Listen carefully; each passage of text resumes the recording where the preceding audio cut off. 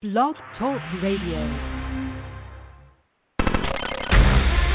Live from Fort Bragg's backyard, this is the show that put the 110 Nation on the map. There is only one nation, the 110 Nation, and you're listening to the 110 Nation Sports Show, covering each and every sport across the board. There is no sport too large or too little. It's time to talk the talk. Here we go. Here's the man, the founder, and your host, Mr. CJ Sports.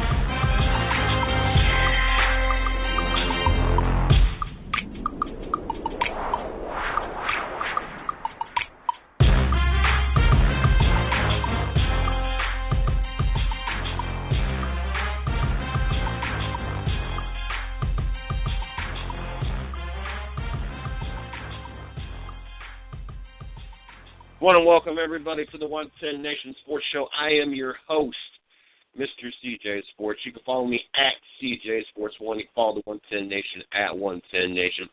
Check us out on Facebook, my personal fan page, Mr. CJ Sports, the 110 Nation fan page, 110 Nation Sports.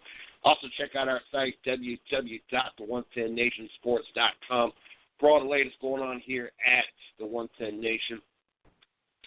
Got to make sure that I thank Fit for Life. Find them on Facebook, Fit for Life. You can also go to our site, www.the110nationsports.com. On the right-hand side, I got a nice, pretty little banner set up. All you do is click on it, see if there's a location near you. 24/7, 365. Get your gym on. Clean facility, courtesy staff, everything you guys could need. Make sure you guys check them out. That is Fit for Life. Also got to thank Snafu Seasoning, the official sponsor of Racing with Big Sweat, Thursday nights, 9 p.m. right here on the 110 Nation Sports Radio Network. 100% all natural, no preservative meat rub. Great for grilling. You want to get hooked up with a bottle, all you got to do is call in Thursday nights, participate in the show by talking to the guest or talking to the host. Big Sweat will hook you up with a bottle of Snafu Seasoning. Also, I got to thank the I-95 Sports Network and Mile High Radio for rebroadcasting or syndicating our show. Without all these great marketing partners and networks, we wouldn't be able to continue doing and be able to continue to grow the way we've been growing. So I got to thank each and every last one of them. What do I want to say? Before we get Mike in here in the studio? I don't know, kind of use this little opportunity for me to, say something before everybody joins me. I don't know. It's kind of one of those things I noticed that I've been doing lately. Got to talk about my Cleveland Browns throughout the day. Got to educate a lot of people and let them know that the Cleveland Browns mathematically are still in it. Can actually still win the AFC North. We talked about that last night. You guys missed that listening to last night, but they got the Cleveland Browns. Can't win a wild card spot, but mathematically they can still win the AFC North. I heard rumors that RG3 is going to return. Could this be the run of the run of a 6-game win streak and the collapse of everybody else in the AFC North? Could it? Not going to happen. But it is entertaining to be able to talk about that. Giants win last night. Made me 7-7 for the week. Nothing like that 13-1 I had the previous week, but 7-7. I guess I'll take that. Mike goes to 10-4. Shorty went to 9-5. Shannon on such a hot week with 6-8. That takes me as that. I finally got everything all figured out. I was some type of confused. Takes me to an 80-51-2 record. Shorty, 2 games behind me with a 78-53-2 record. And Mike falling in 6 games behind that with a 72-59 record. And then, of course, Shannon's only participated about half the season with a 45-38 record. So far, that's how the season looks. Tomorrow night we'll be doing our picks. Looking for the new NCAA football for their playoffs. I guess the word I'm looking for. That should be coming out here the next little bit. Will be interesting.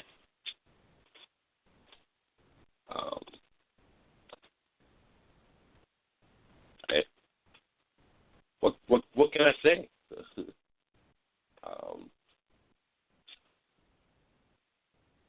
Pretty nice for Ohio State. Now they just got to take care of the Big Ten stuff they got to take care of. Oh, goodness.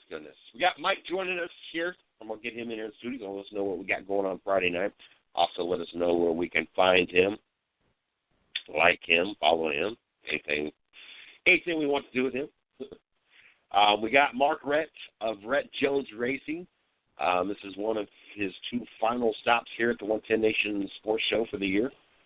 We might get him back on sometime before the year's out. Any plans for 2017? But as for our weekly visits, next week will be our last one. We're going to talk a little bit of Phoenix. We're going to talk a little bit of Homestead. Talk a little bit of RJR, Rette Jones Racing. So I'm very excited about that. We also got Izzo joining us at 9:30. He's got a whole bunch of stuff to talk about. He's sent me a couple different text messages of topics to talk about tonight. So very excited about having Izzo join us at 9:30, get things wrapped up, get us ready for Hump Day. So, let's see how that goes. Very excited about that. Without any further delay, Mike did let me know that it's not a punctured lung. And I think he let me know a couple other things today. I probably should remember. It's been a hectic day.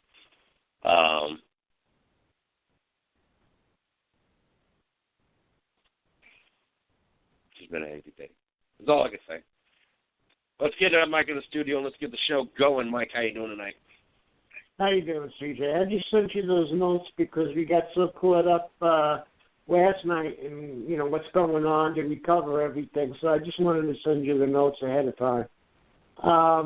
But you can find me, fans can find me at my personal Facebook page, my Hot Laps with Stats fan page, and my Twitter account at Stats108, and a couple of things with the fan page. I'm looking for fan input as usual on guests you would like to hear from, especially in the off season. Working on some things for this week. Got 2 possibilities waiting to hear back.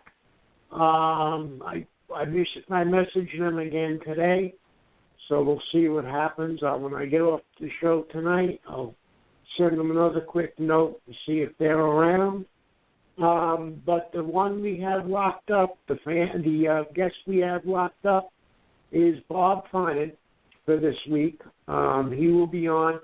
He is the announcer and the PR man extraordinaire for Riverhead Raceway, who is celebrating his 40th year in auto racing on Long Island. Another person who is very adept at coming up with the history and everything involving auto racing on Long Island. So we'll talk to him about his very long career and successful career from his standpoint, definitely, and really has the respect of a lot of the drivers and track owners that he's worked for. The 2 that come to mind that I've been associated with were Ice Speedway and Riverhead Raceway currently. So we'll be talking to him about his career, and hopefully it goes on for a while longer, a long time longer. But that's Friday night, and so we hope you can join us.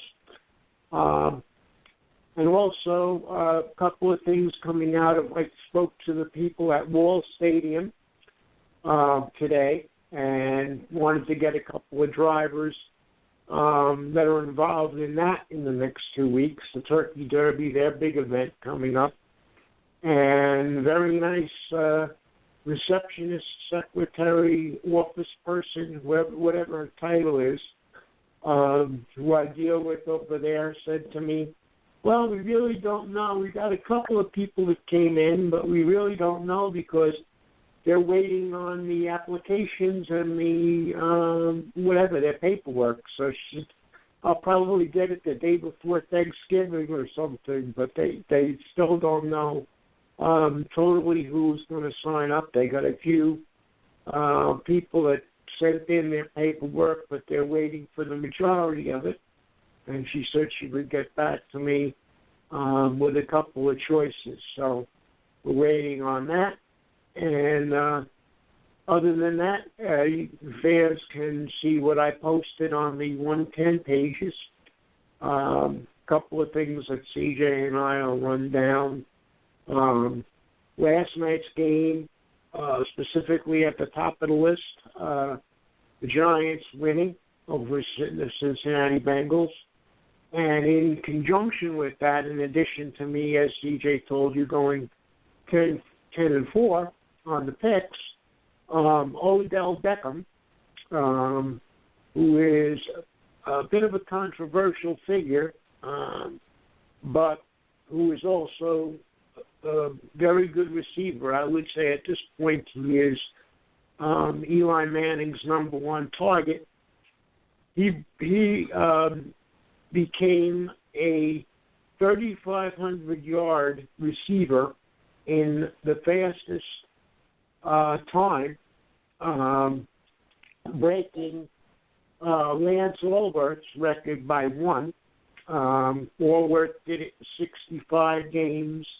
Beckham last night, that was his 64th game, and he became a 3,500-yard career receiver.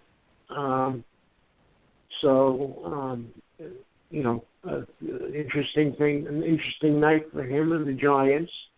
I do believe they only won by 1 point, though. That's interesting. It was a combination. I don't know if it was a defensive battle or just offensive ineptitude on both parts or what, but I think it was like 25-24, if memory serves me correctly, something on that order, 26-25, 25-24. But I say the Giants ended up with the victory, and so that was one thing. The other thing that I haven't posted as yet because I'm waiting for results, which will probably be more than likely will be tomorrow, because they play tonight a major college kickoff tournament in Madison Square Garden in New York, which is generally where they start, the season. But then they also go to Maui, is the big Hawaii, and Alaska around the Christmas holidays is the other two big tournaments. But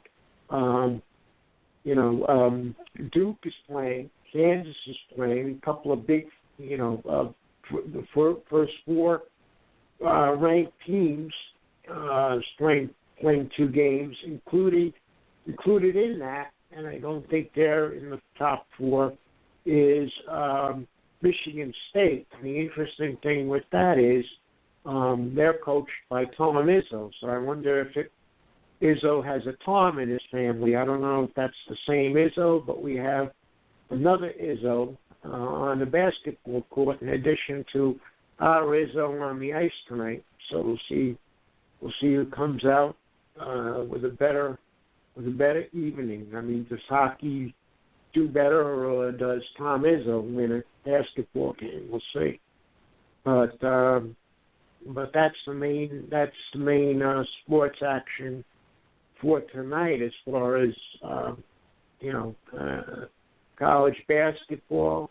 Whatever Izzo's got the hockey, whatever teams are playing.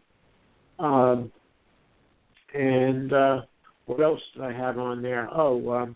NASCAR, and they put out an article today about how they have totally changed their social media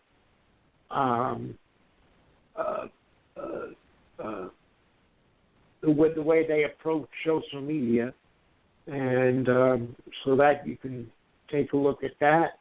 Also, the second of four.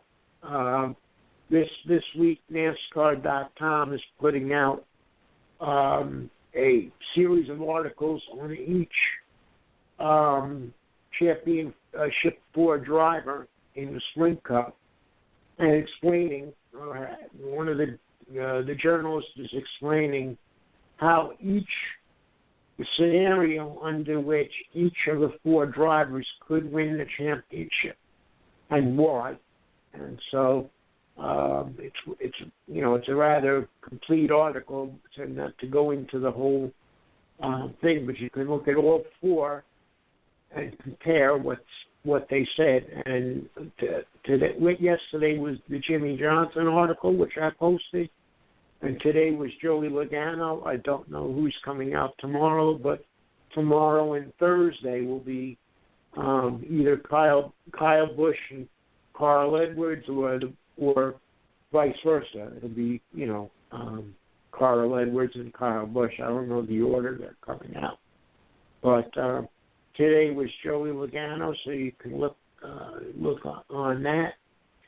And just some interesting things that are up there that I posted, about 4 or 5 items. Something that CJ mentioned last night. CJ, you brought this up. Alton Jeffries was suspended, and of course ESPN comes out with an article today saying that even with the suspension, it's not expected that he will be released. A lot of times, football teams release a person who is related, is dealing with drug-related suspension. But in the case of the Bears, which we kind of said last night, the ESPN writer kind of agrees with CJ and myself that the reason that Jeffries won't be released is basically the Bears have no alternative in terms of talent. So just a couple of things running down the list. And then, of course, as CJ said, because we brought it up last night, Gronkowski, they may sit Gronkowski for a few games, but he does not now have a punctured lung. It was originally reported as a punctured lung, and supposedly Gronkowski said he just got the wind knocked out of himself. So you can take a look at that article as well. And basically, that's what's on there, CJ. But there's a couple of other things if you want to run down the list off the top of my head. And those are what I remember. I don't know. There were some others.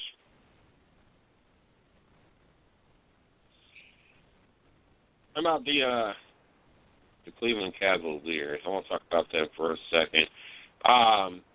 J.R. Smith is going to be sitting out tonight.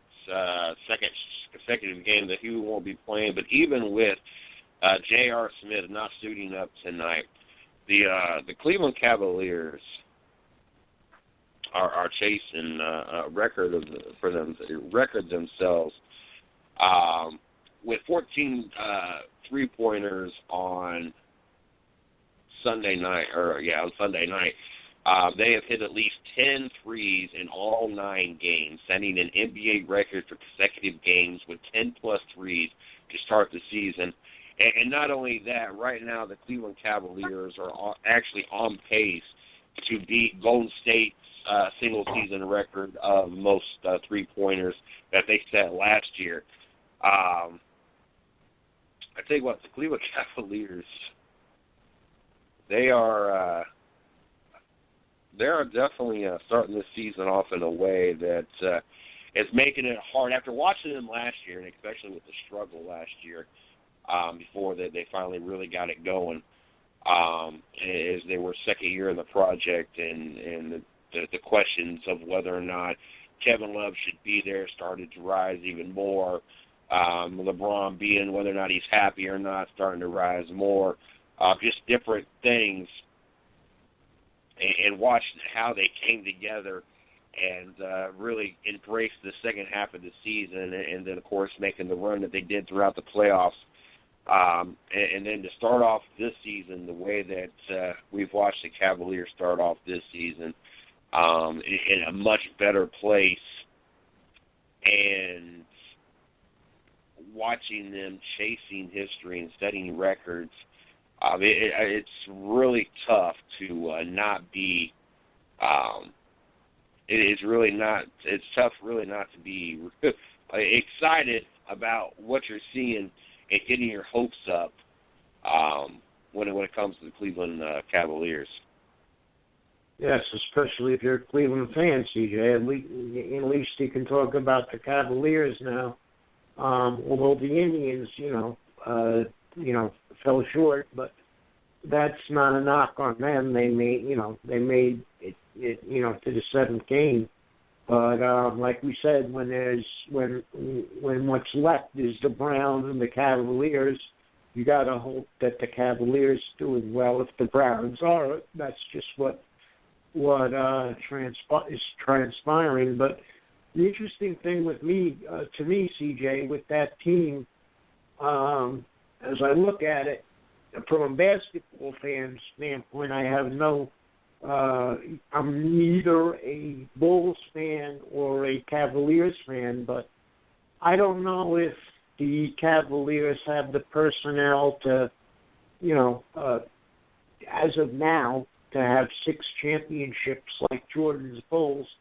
But there are a few parallels to me. Obviously, LeBron leading the Cavaliers like Jordan did out front.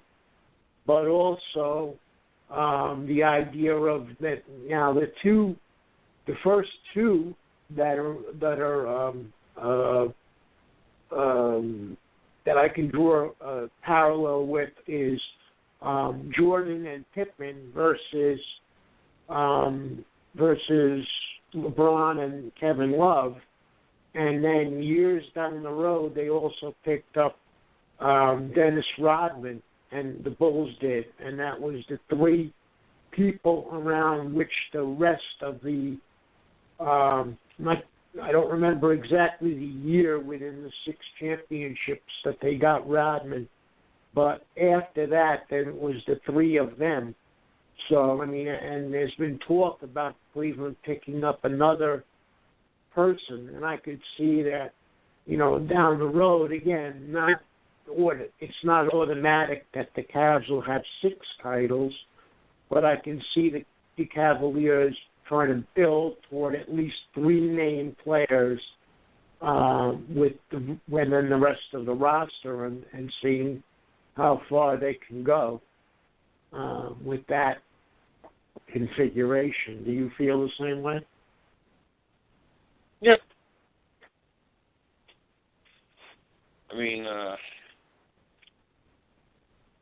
I try not to get wrapped up in compare it to. The Bulls, to me, that Bulls run was probably one of the most historic runs, at least in my lifetime. It's one of the most historic runs that I've ever had.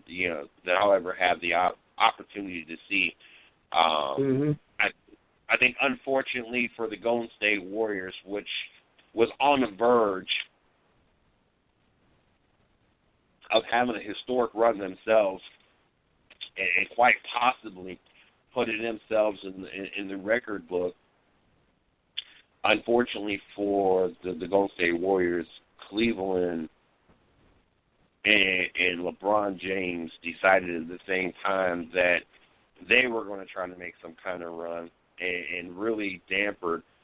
Just think about it. If there was not the Cleveland Cavaliers, and I don't want any knock against the San Antonio Spurs, and honestly, out of the West right now, that's the only team that I feel that could derail the Golden State Warriors from, constantly going back and back and back to at least the NBA Finals. I just don't.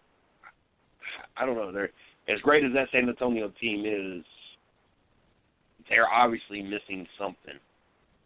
We've watched them fall short for a couple of years now.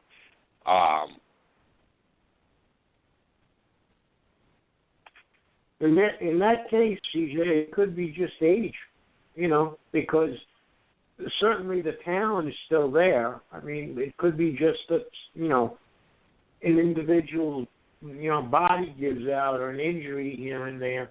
That would be why. Because, I mean, Ginobili and people like that is still there, Tony Parker. So if they get derailed, it'll be because of either an injury or just, a lack of performance, not from an effort standpoint, but maybe their body just, later in the season giving out, and that's where Popovich has the talent to know when to sit guys down and rest them, as we've said a couple of times on your show. But, we'll see. But I agree with the West. If anybody's going to come, I don't see anybody right now that could challenge the Cleveland in the East. And the East is, historically of late, weaker than the West anyway, because you've had a lot of stronger teams in the playoffs that were represented in the Western Conference. But, statistically, it's always been, again, of late, the last 2 or 3 years or whatever, the only team that's come to the fore has been the Cavaliers. Boston for a time, for a long time prior to that. Then, of course, Chicago with Jordan, when Jordan was there. But the East hasn't been really represented by too many strong teams of late. Until the Cavaliers came along again, and now it seems to be their time in terms of streaks. But we'll see what happens. But statistically and historically, lately, even the writers that follow the NBA regularly say, the stronger teams have come out of the West in recent seasons. And not to get wrapped up in my team and get ahead of myself because it's my team, but honestly, at this point, I don't think that the Cleveland Cavaliers are even the best in the East. This team right now, in the way that it is structured, and outside, as long as they don't have any serious injuries, I'm sorry, but this is the standard right now. This is the best team in the NBA, coming off a championship. The previous year, LeBron almost willed the Cleveland Cavaliers to a championship that year with Kyrie Irving and Kevin Love both being out with injury. And right. Here you start off the season on a record pace, making more three-pointers per game than any other team in NBA history, and on track to possibly beat the best team that we've ever seen, Golden State, in most three-pointers. And this is, they're not stopping, even with J.R. Smith being out. They're just the next man up. And, at this point, it's not even just the East for me. Once upon a time, 2 years ago, I would have said that the Cleveland Cavaliers are just the best team in the East. Even most of last season, I would have said, they're probably just the best in the East. I don't think at any point I felt that the Cleveland Cavaliers were going to win it all. As a matter of fact, if I recall correctly, it was either Golden State or San Antonio is who I felt was going to win it. And then it wasn't until the Golden State Warriors were all in on making that historic 73-9 run that I felt that things and the power might be shifting in another direction, because I felt that they lost vision on what the big prize was, and they got more wrapped up in trying to chase history and having the best record all time versus preparing themselves for the playoffs and an NBA Finals run, such as San Antonio and Cleveland, were doing. They had that opportunity. They weren't all in. That last couple of weeks, you saw all their big guys get an opportunity to get some rest. And at this point, from that last, month of the season through the playoffs, and now this first part of this season, I don't feel Cleveland is necessarily just even the best team in the East right now. I feel that they are the standard. They have built themselves a team that any given afternoon, then it's almost impossible to beat them. And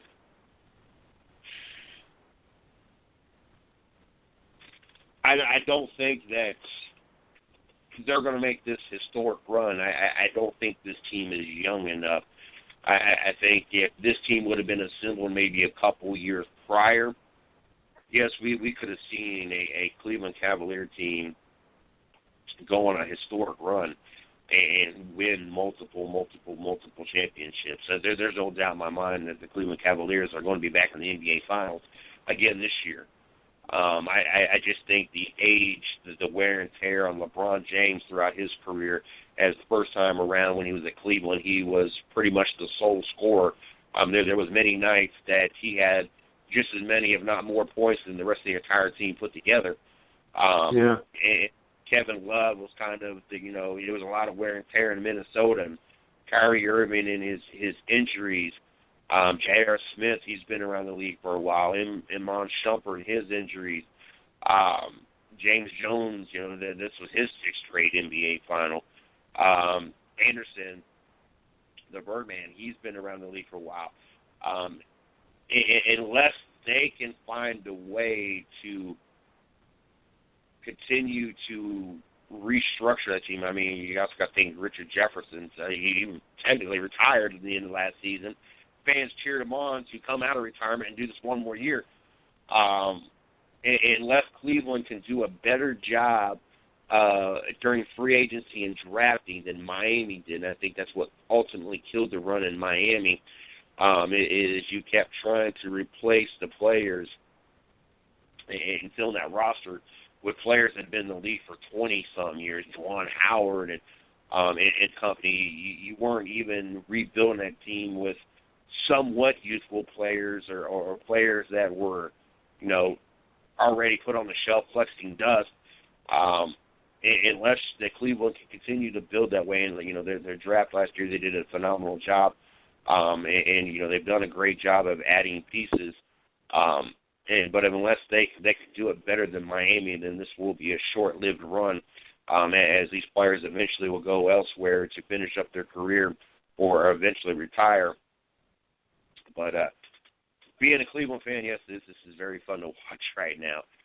We get an opportunity to see something that we don't get to see on a regular basis, and that's a team make it to either the World Series or Super Bowl or the NBA Finals year after year after year, and be a legitimate serious threat of winning it each year.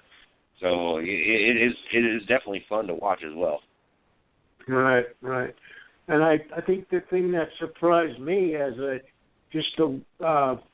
fan of the NBA and not, necessarily Cleveland, but I was watching everybody, and when I don't have a horse in the race, as it were, and with the Knicks, I haven't had a horse in the race since like 73. But the point being, the thing that was surprising to me, I think, with last year's team was that they changed coaches out of the blue. Nobody expected that at that time, and it wasn't the record at the time either that was derailing the team. There was some internal thing going on or whatever. And to their credit, whether it was LeBron or the whole team in general, that whole internal mess didn't derail them. I think another team that didn't have a LeBron or some stabilizing forces on the team, veterans or whatever, probably would have been hard-pressed to repeat what they were doing at the time or to continue. And to the Cavaliers' credit, they did. And that was somewhat surprising to me when I read about it out of the blue like that. I'm like, okay, are they going to be derailed or what's going to happen here? Did somebody, did they make, a harsh move or a harsh move at the time? And obviously it didn't appear to affect them too badly, and maybe for a couple of games, but not in the overall scheme of the season. And definitely, obviously not. They won the championship. Another team might not have been able to pull that off in that sense.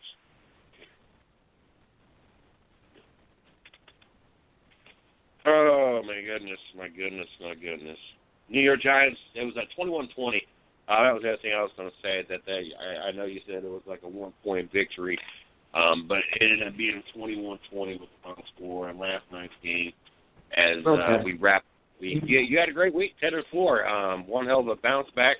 And like I said, it's definitely weird, different going from 13-1 one week to 7-7 the next week. I got to talking to one of the customers, and he's kind of had the same situation where in his football pools as well, that most of the games that he's lost, he's had the team that he picked was leading in the fourth, and they've kind of threw those games away. So I think him and myself have had a lot of the same picks, obviously. But great week for you and Shorty. Shorty went 9-5. Catch a little gain a little ground on me. But definitely looking for tomorrow night where we have Shannon join us, and we get to do our picks all over again and walk into week 11. Right. Just something that I happened to see, and I didn't read the whole article because it was just something like a headline, so I have to go back and look at it. Right before I came on, I saw this. This appeared somewhere in my inbox. I'm not sure whether it was ESPN or SI or one of the other ones that I subscribe to. But we've talked on your show, essentially this week we were talking about it because so many of the games came down to a kick. The Minnesota Vikings, I don't remember if that was one of the games that you said came down to a field goal or an extra point, but they cut their kicker. They cut their field goal kicker today. So they'll have some extra people coming into camp, I'm sure, this week to audition to be the Minnesota Vikings kicker. So because they cut their main kicker just today, I saw the headline. So.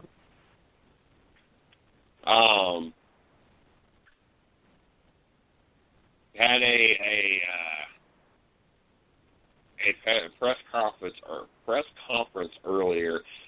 Tony Romo said that Dak Prescott has earned the right to be quarterback starting for the Dallas Cowboys starting quarterback.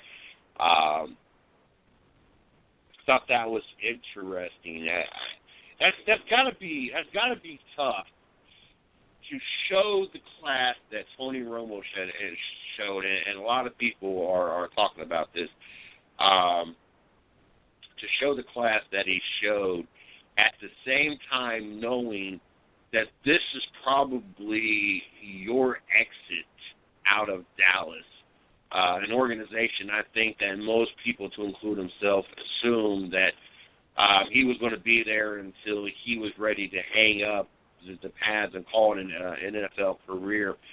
Now there's a good possibility that Dallas is not going to hold on to that contract and hold on to Tony Romo and move in a totally different direction, especially with the injuries that keep accumulating with Tony Romo. But I tell you what, that's got to be tough to show that class, but in the back of your mind at the same time knowing this might be my pink slip. This might be it for me. Well, it's interesting, CJ. I was thinking about, because we talked about this last night also, the Romo situation, and Monday, Monday night. Well, last night, yes. Monday also, when the weekend things came out and Jerry Jones' quote and everything. And I was thinking about this, and there's one other quarterback that, first of all, I've always said, now not that I'm a Tony Romo fan necessarily, again, nothing against him, but I haven't really followed his career other than everybody else when they watched the Dallas Cowboys. But he didn't seem to be the type of person, and I've said this repeatedly on the show, that caused the problem in the locker room. And for him to come out and say that, yes, it's refreshing, and I understand what you're saying, but by the same token, he never seemed to be a negative person in the locker room, even when it affected him. And, like you said, to his credit, it shows some class and how he handled this. And I have to think that maybe it's not the end of his career, though, because there was one quarterback, if they let him go or if they trade him or if somebody picks him up, there's one other quarterback that was in his class, I would say, as a veteran. Maybe not as the same success rate. Probably similar would have been Joe Montana when he went from the San Francisco 49ers to the Kansas City Chiefs. And, he didn't have the same kind of success, but he also ended up, leading that team in terms of being the starting quarterback for at least a season, if not more. My recollection is he definitely was the number one. He went from, I can remember he switched numbers. He went from 16 to 19, but he ended up being the starting quarterback of the Kansas City Chiefs for at least one season. So I could see, in the event that Dallas does not want to pay Tony Romo to sit on the bench, I could see them saying to him, because you were so classy, pick the team you want to go to or pick a few, and we'll try to send you there in the event that they don't, like you said, that they don't want to keep him. I could see them, returning the classy favor to him and saying, what team do you want to go to, and giving him that choice.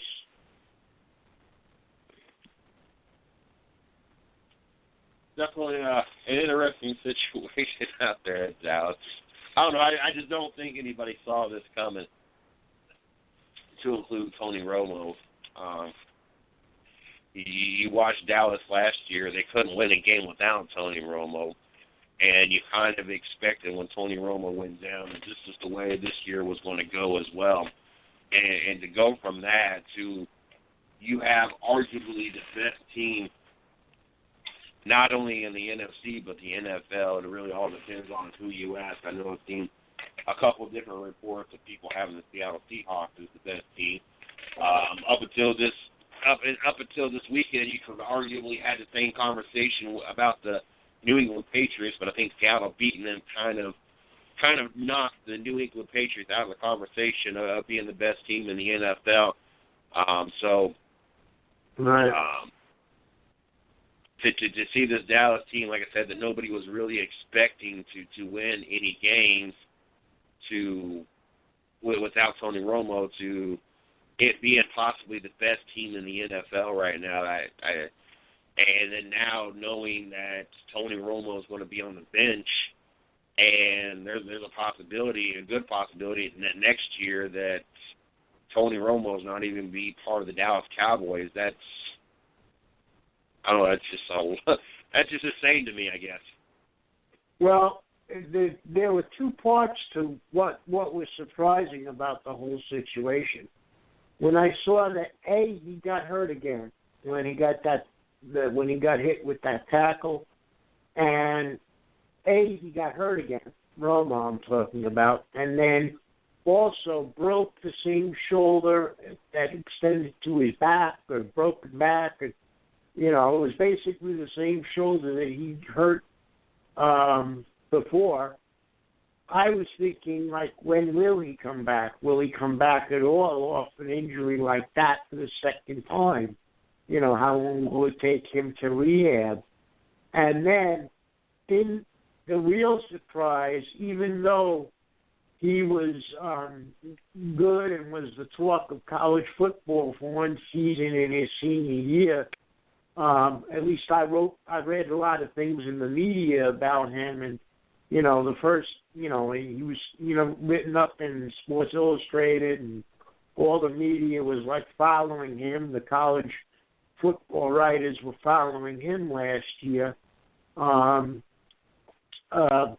Dak Prescott, and then he gets drafted by Dallas, and even though, he wouldn't be the first quarterback that did well in college, where it was the talk of college football one year, and then, it didn't pan out. Either didn't pan out in the pros, witness Johnny Manziel, or didn't come in as a rookie with such success. I think that's the eye opener for me and a lot of fans, is that even though he was the talk of college football, you didn't expect him to have this kind of a season as a rookie. Dak Prescott. That's the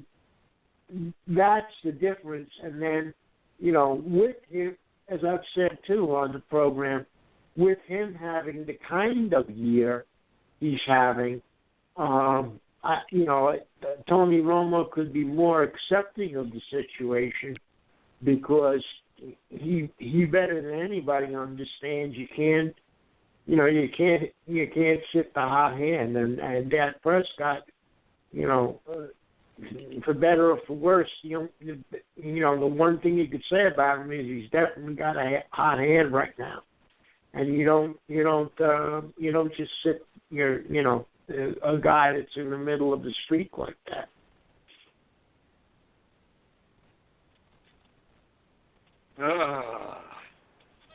Dallas Cowboys. I can remember growing up and having to watch that run of the Dallas Cowboys with Emmitt Smith and Michael Irvin and Troy Aikman, and them beating Buffalo, and that run of them winning those Super Bowls, and just having that dominating team, and not being a Dallas Cowboy fan, really not being a fan of anybody but the Cleveland Browns. It was just one of the things that you just didn't want to see, and you hope that it never would happen again. And then you look at this Dallas Cowboy team with Des Bryant being young, and Ezekiel Elliott being a rookie, and Dak Prescott being a rookie, and that offensive line being one of the best offensive lines in all the NFL, and Bailey, that kicker, and it seems like he don't miss anything. You just sit there and wonder, is this about to happen? Are we about to see the mid to late 90s? If I remember correct, if I remember correctly in that run before, are we hitting that 20-year mark where it's time for the Cowboys once again to be one of the best teams and be the America's team? I'm starting to get a little worried every week as this team builds more and more confidence on what direction the NFL is going and what we're about to be stuck watching. And obviously, if you're a Dallas fan, you're going to enjoy, what's possibly about to happen. Being an NFL fan and having an opportunity to sit here and do this, and especially being an Ohio State fan with Ezekiel Elliott, it is definitely something that you can see coming, and it's intriguing. And yes, as a fan, it's exciting to see, because you get to see a franchise be the best, and then rebuild and finally get it, and possibly be one of the, be the best again for a long run. But being a fan of any other team and hoping that your team is on top, it's not looking so fun to watch, because each and every week you watch this team get more and more confident, and each and every week you see this team kind of fix some of the issues that maybe that they, were getting away with in the beginning of the season because everybody else was, going through the same process and learning the team and then fine-tuning the positions. And I tell you what, depending on what side of the fence you are on this is either something that you're going to love to watch or be entertained watching, or it's going to be something that you're absolutely positively going to hate. And especially if you're a Washington, New York, or Philadelphia fan, you're not going to possibly like what we're about to is about to happen to the NFL. Yeah, well, the thing about it is, with Dallas, there were certain people at certain times that, turned the fans off, I think. Not necessarily the players. You talk about, like, I can draw, again, parallels. I'm doing that a lot because with it comes to mind with, I did it with Jordan and the Cavaliers before and LeBron. But here again, you have the teams you mentioned, and with Michael Irvin as a receiver and Emmitt Smith as the running back. Well, you look at it now, it's Des Bryant and Ezekiel Elliott, the pair that brings the Cowboys ultimate success coming into like the 2020s or whatever, like in the 90s. And, you wonder sometimes, and what's impressive to me, again, I guess, is a semi-knock on Jerry Jones, I guess. They're doing it in spite of Jerry Jones. I mean, again, he's a little bit more intrusive than I would like. And if it was my team, he's a little bit more intrusive. I respect what like Robert Kraft does in New England because he's out front when the media is around. There's not a microphone he's not afraid of, but at the same time, most of the time when he is interviewed, it's about the team in general and the business of the team. And whenever something comes up football related, he rightfully defers to Belichick or, talking about Tom Brady, etc., but doesn't, at least outwardly, infuse himself into the draft process, say, as a Jerry Jones would, But, it's still Dallas, and that was one of the teams even before the Jerry Jones era. They could change coaches, Barry Switzer, going all the way back to Tom Landry, and there was a lot of fans, again, outside of Dallas that were always fans of the team. And it's just one of those teams that fans were drawn to, and I don't know why. If it's just not, I don't know why, but I don't know if it was just because you saw a lot of their games on television, regardless of where you lived. Maybe that was it. And like I said, there were 3 teams over the course of my lifetime that I could say that, regardless of errors and how successful they were. To me, those 3 teams were Dallas, Pittsburgh, and Oakland. And to this day, you get people that don't live in those respective areas that always wear the gear. And that tells me that they've been, long-time fans, even though, they haven't lived in Pittsburgh maybe or Dallas or Oakland,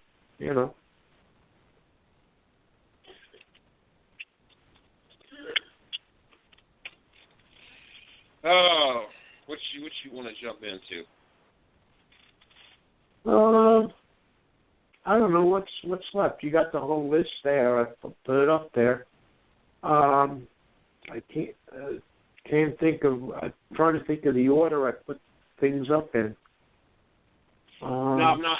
I've not had a chance to look into Shannon's article. He's got an article that's been ready to be released, but it's called Jimmy Johnson, already GOAT, already greatest of all time. There we go. There's one that I put up. I didn't write it like Shannon, wrote it. I'm assuming that, he writes his stuff. But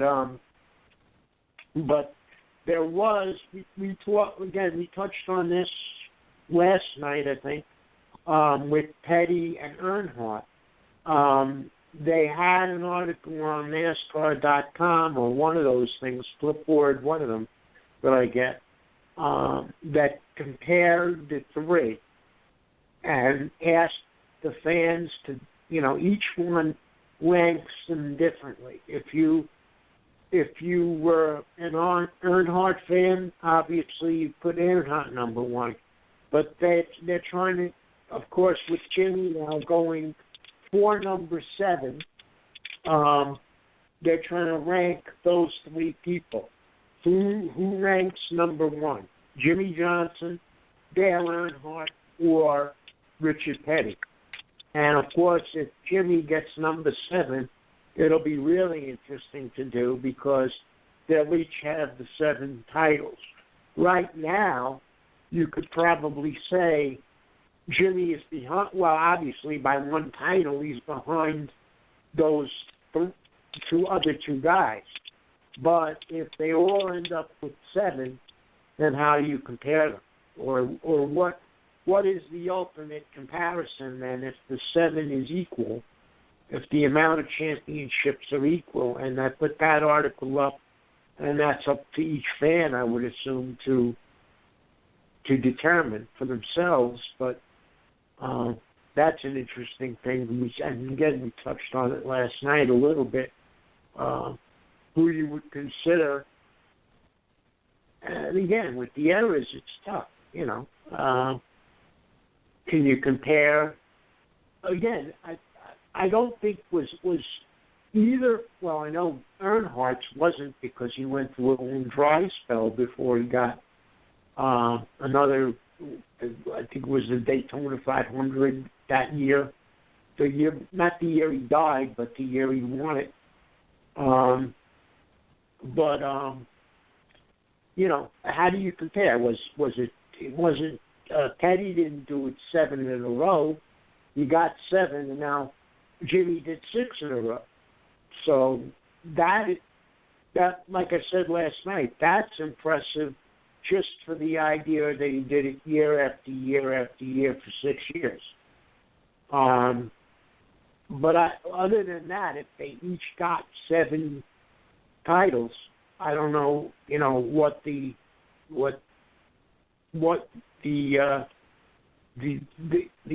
item is that would put one over the top of the other two, given the fact that they raced at different times. Because you really can't compare a chase racer to Richard Petty because he didn't have the chance to race under that format, and neither did Dale Earnhardt. So that's what makes it tough. It's just, to me, it's just individual fan choices,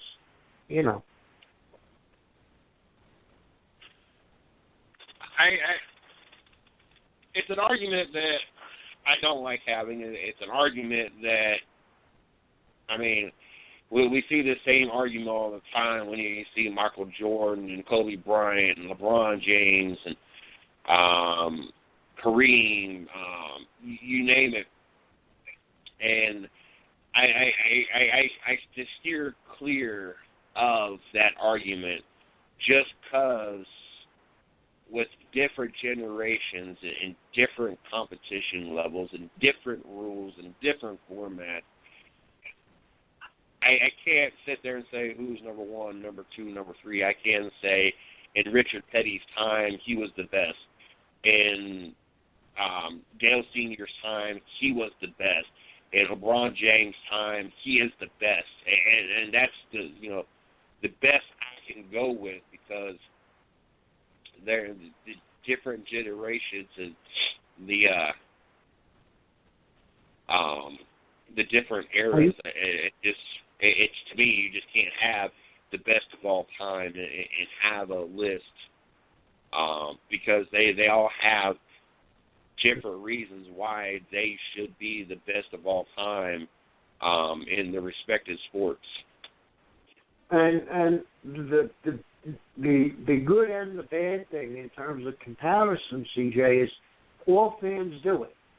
You know, it's hard to do, but all fans want to do it. It just seems that no matter what the sport is, you always have fans. I mean, I'm going to be totally facetious here.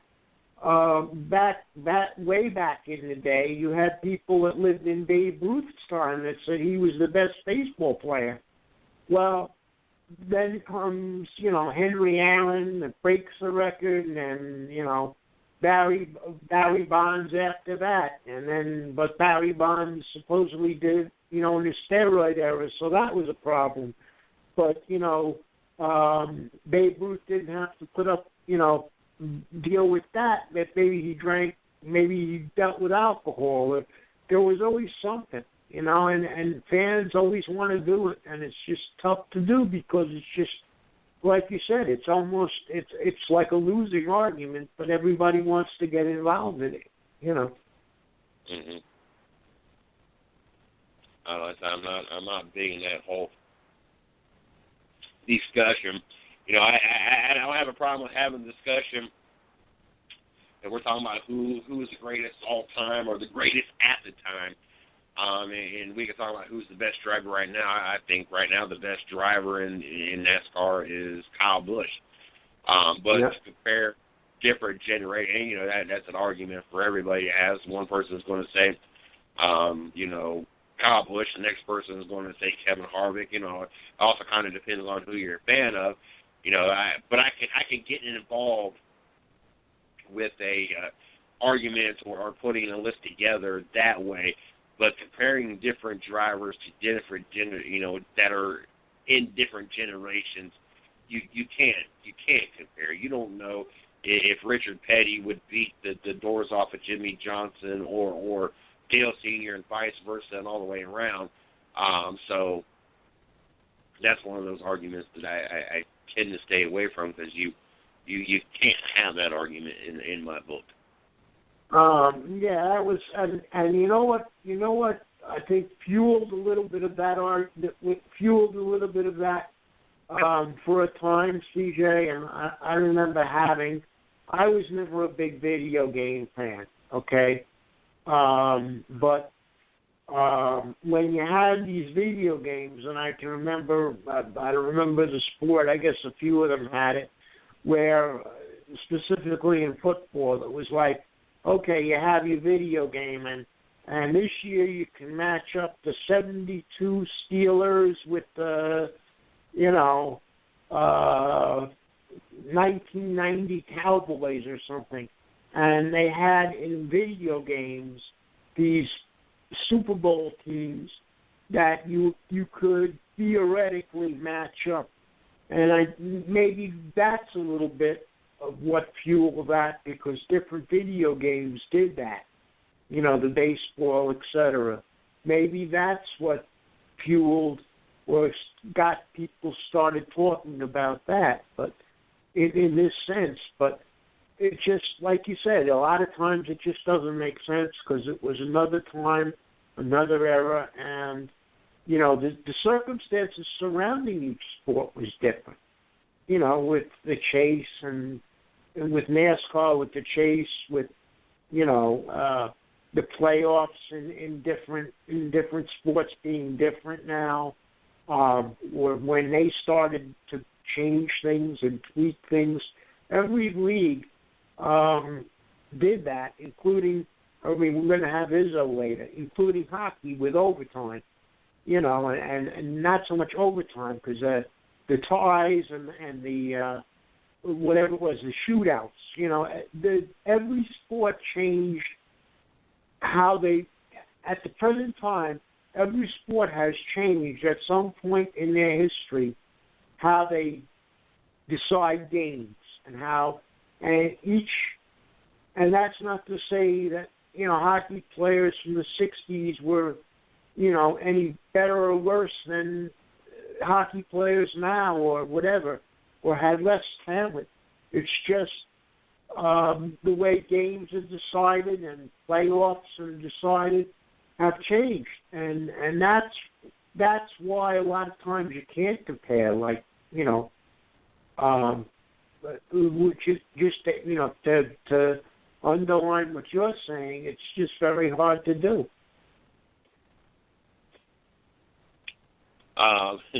In a side note, because it just came across my timeline, I don't know. Daycare was busted for having a toddler fight club. They had an organized toddler fight club, and someone posted that somebody broke the first rule of the fight club. For those that have ever watched Fight Club, the first rule is you don't talk about it. I know it's wrong, but it just came across my timeline. I don't know, some of the crazy stuff that goes on. But daycare busted running toddler fight club, parents outraged. I'm not going to do the whole article. We're actually going to pull it up. But, yes, that's kind of insane there.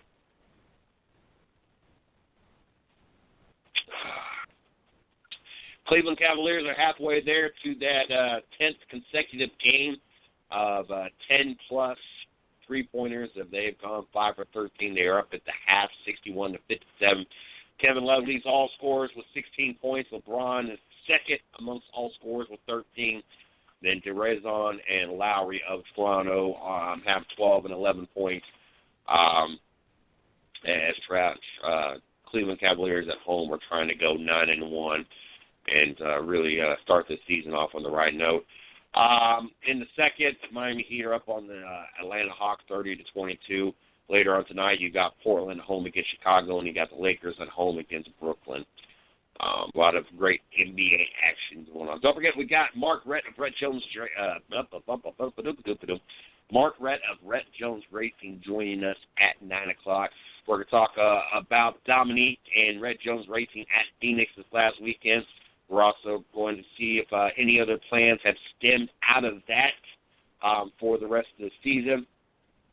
Then, of course, we're going to move in the direction of NASCAR, talking about NASCAR at Phoenix last weekend, and then the season finale at Homestead coming up this weekend. So got a lot of great things to still talk about with Mark, as this is one before his last visit here in the studio, at least on a weekly basis. I think we'll get him in here one more time before the 2016 year is up. Then we got Izzo stopping in the studio after that to get us caught up on the NHL in his weekly I'm not going to say rant, but his weekly stop here at the 110 Nation Sports Show to talk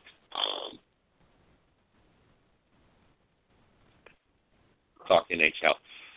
Number one draft pick, Jared Goff, will be making his first NFL start Sunday for the Rams. So Goff will finally get his start. The last quarterback that was drafted, who was the number one draft pick, to get his time on the field, getting his first NFL start.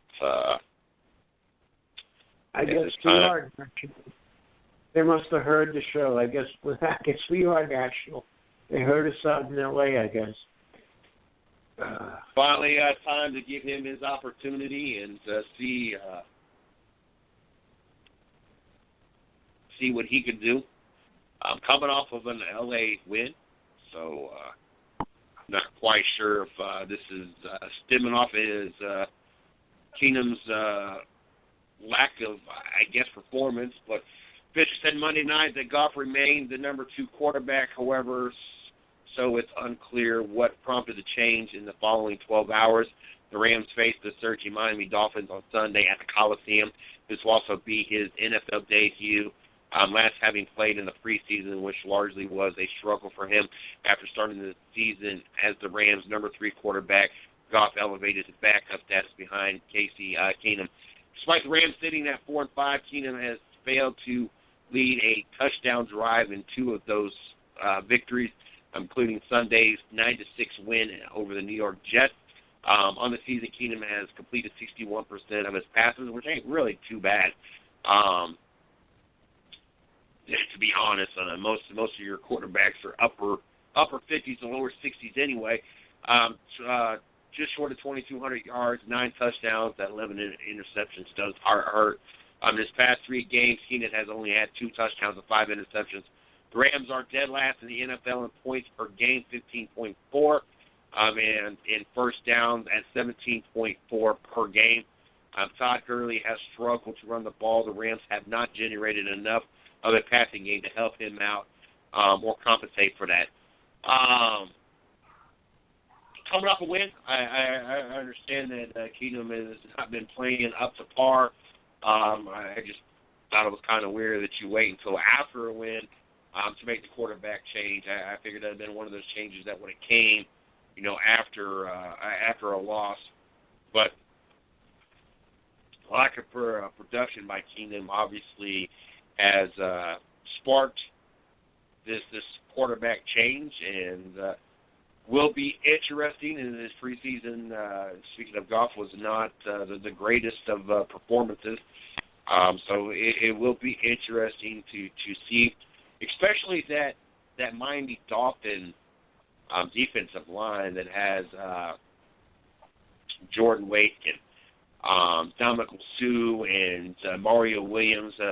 I think that I would have picked maybe an easier defense to give the rookie quarterback his opportunity versus having him start against a defensive line that have hands down 3 Pro Bowl defensive linemen. That it is going to make life very difficult for Goff in his first start. Right. Well, the thing with that is either that or look at the Rams' schedule and see when you say, obviously they didn't want to throw him in against a team like Denver or things like that. Maybe they're looking at the remaining schedule. I don't know exactly how that stacks up with the LA Rams, but maybe they took the lesser of a couple of evils with Miami. I don't know, as the opponent. And then how many games this year? I'm sure if we look back, we could look at, how many did we say, oh, that's a battle of field goals because the offense didn't click. And then there were certain games where I know with our picks that we, at least I'll speak for myself, where I thought, okay, the Rams might win this rather convincingly, and they end up, winning or losing by, 3 points or something. So they're so up and down, they're hard to gauge anyway. But I'm looking at it in terms of the other opponents that are left. Perhaps they picked Miami because that's a lesser of a couple of evils. We don't know who else. Next week they go against the New Orleans Saints, and the Saints are not known for their defense. They're more known as a team that outscores an opponent, not necessarily shut down. Outside of that, you start getting limited of defenses that you're getting ready to face. You got the Dolphins this week, the Saints the following. And this game is a home game on top of that. Saints are going to New Orleans, then you go to New England, you're home against Atlanta, then you travel to Seattle. It's really honestly not until Christmas Eve when you play the 49ers that you get a sloppy wet. You can slap around defense, and then you go against Cardinals for start off the new year in your season finale. I just wish that I don't know. They're supposed to be NFL ready, and obviously they drafted the number 1 for a reason. It's just going to I don't know. It's going to be a tough afternoon for Goff because that Miami front that they're going to give that offensive line fits. They're going to give Jared Goff fits, and I don't. I think a lot of people are going to get a bad taste in their mouth or think worse of Goff than really probably should after this performance, because the Dolphins coming off their run, I think they won like 3 of the last 4 or something, and that Miami team has really been showing a lot of hope. Winners of 4 straight, the Dolphins are. Right. Yeah, they didn't start off strong except against the Jets, but which is usual. Again, you can't. As a Jet fan, I can say you can't go by that, because regardless of the year, that team always gave the Jets fits.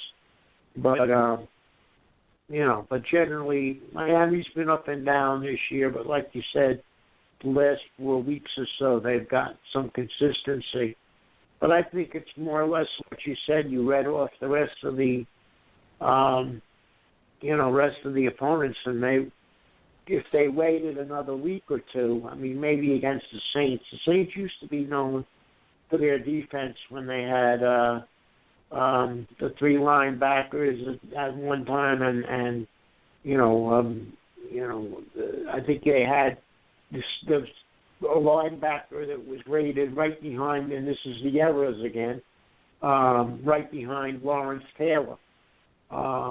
They had a pretty good team in that era defensively, but like you say, now they're more known for they're not known for their defense anyway.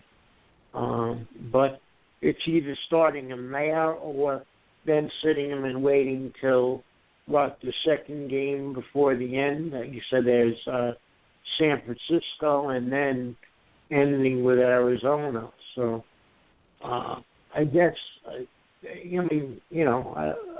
I'm just guessing. I'm not inside their head by any chance, by any stretch. But I would think that's what they were looking at, in terms of the strength of the opponent. No, I want to. This is what we're talking about the NFL. I want to backtrack a minute and go back to the Odell Beckham and what he has accomplished. What he's hit.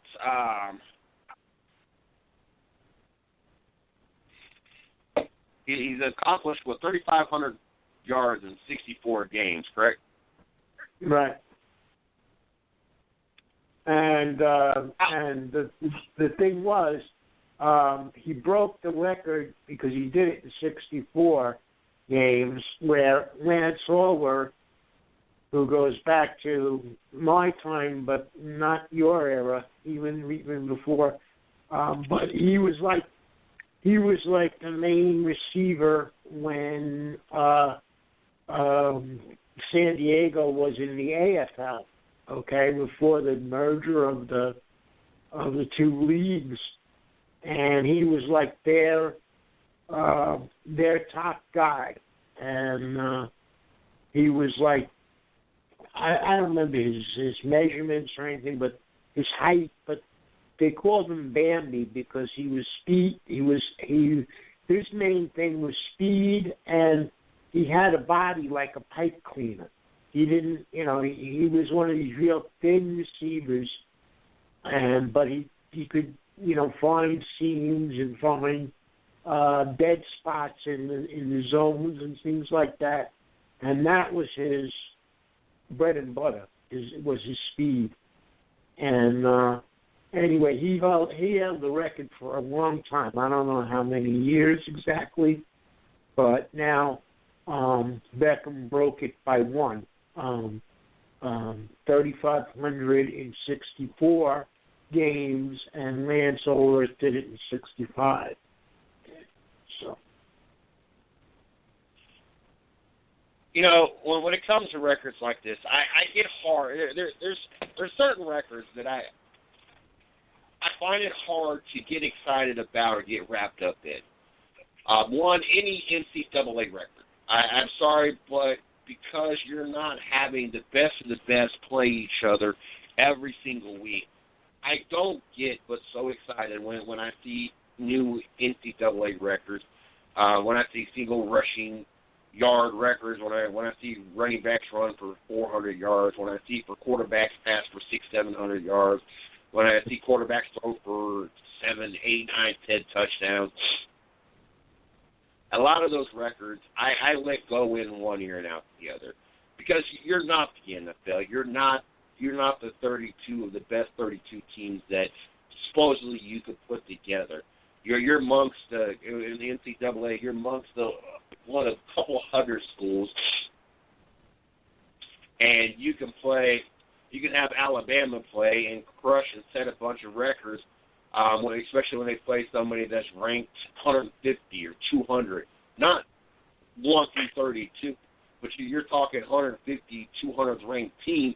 Of course, there's going to be records shattered. There's going to be, history made. And so I don't hold a lot of weight into that. And another thing that I don't hold a lot of weight into is passing records and receiving records when it comes to the NFL. Because once upon a time, you could put your hands on a quarterback. Or once upon a time, you could lay out a receiver.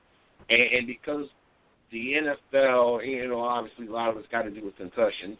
Well, all of it's got to do with concussions. The NFL has gone in a different direction trying to protect these players. But it's gone so far-sighted that, if your hand actually accidentally swings and smacks a helmet, that's a 15-yard penalty. Regardless if you was blocked into it or whatever, if your hand even touches the helmet of a quarterback, that's a penalty. If you nail a receiver before he basically has an opportunity to catch it, take a couple steps, that's a defensive receiver.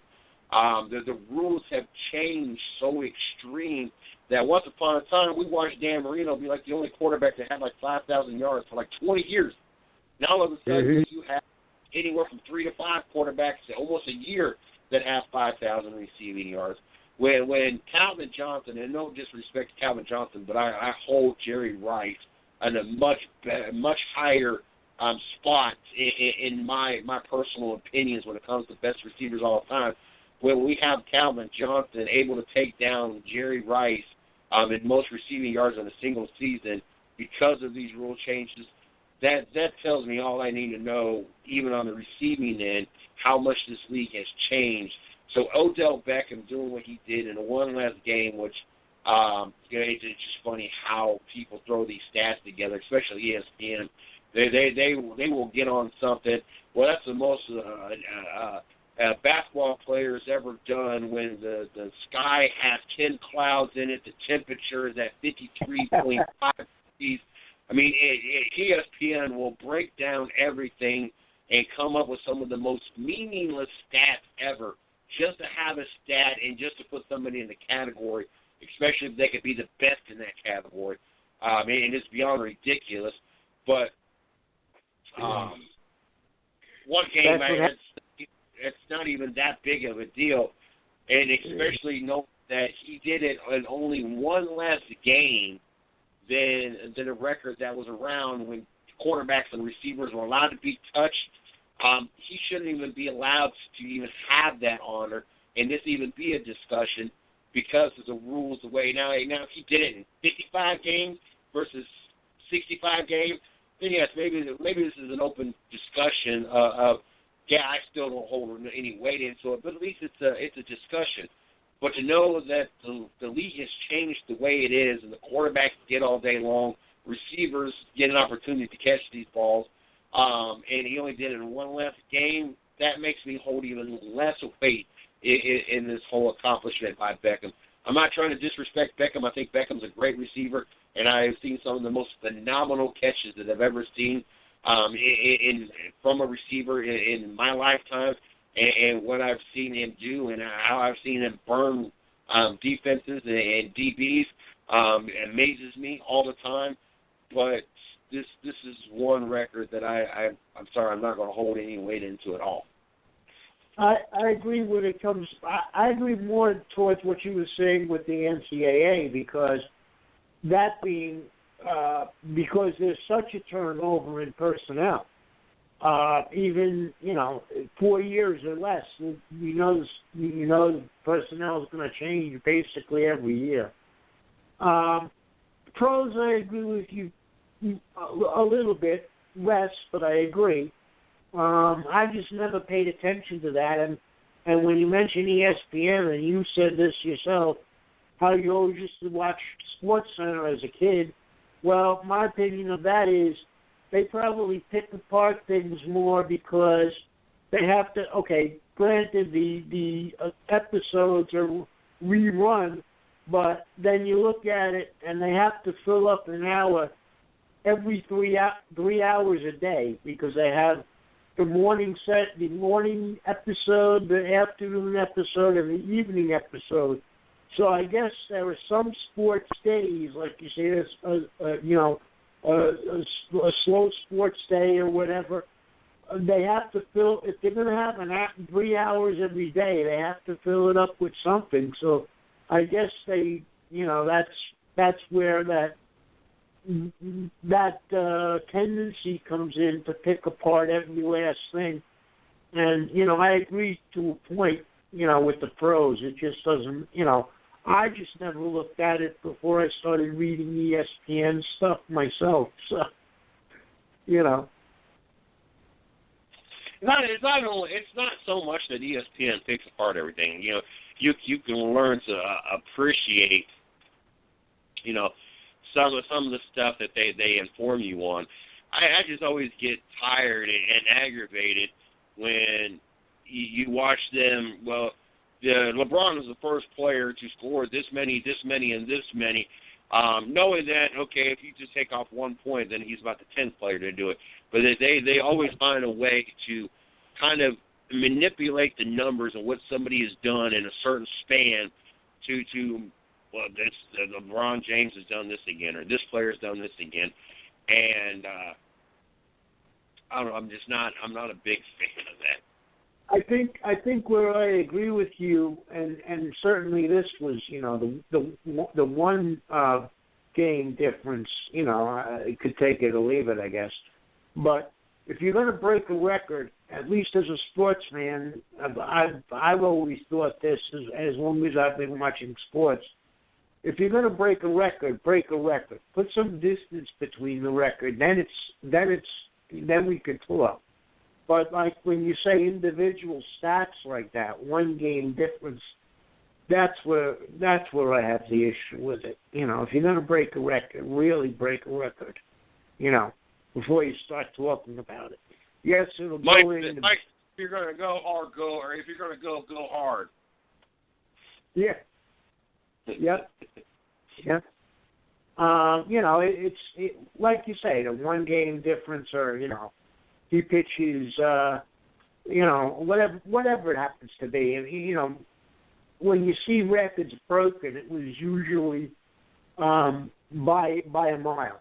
That made, in the past, that's what made the news, when somebody did something in sports that was so far above someone else. That's where they made, when I say an issue, that's where it became newsworthy. And now, just like you say, the 1 game difference, or the 1 inning difference, he did it in 3 innings, and whatever. That's what doesn't make sense to me.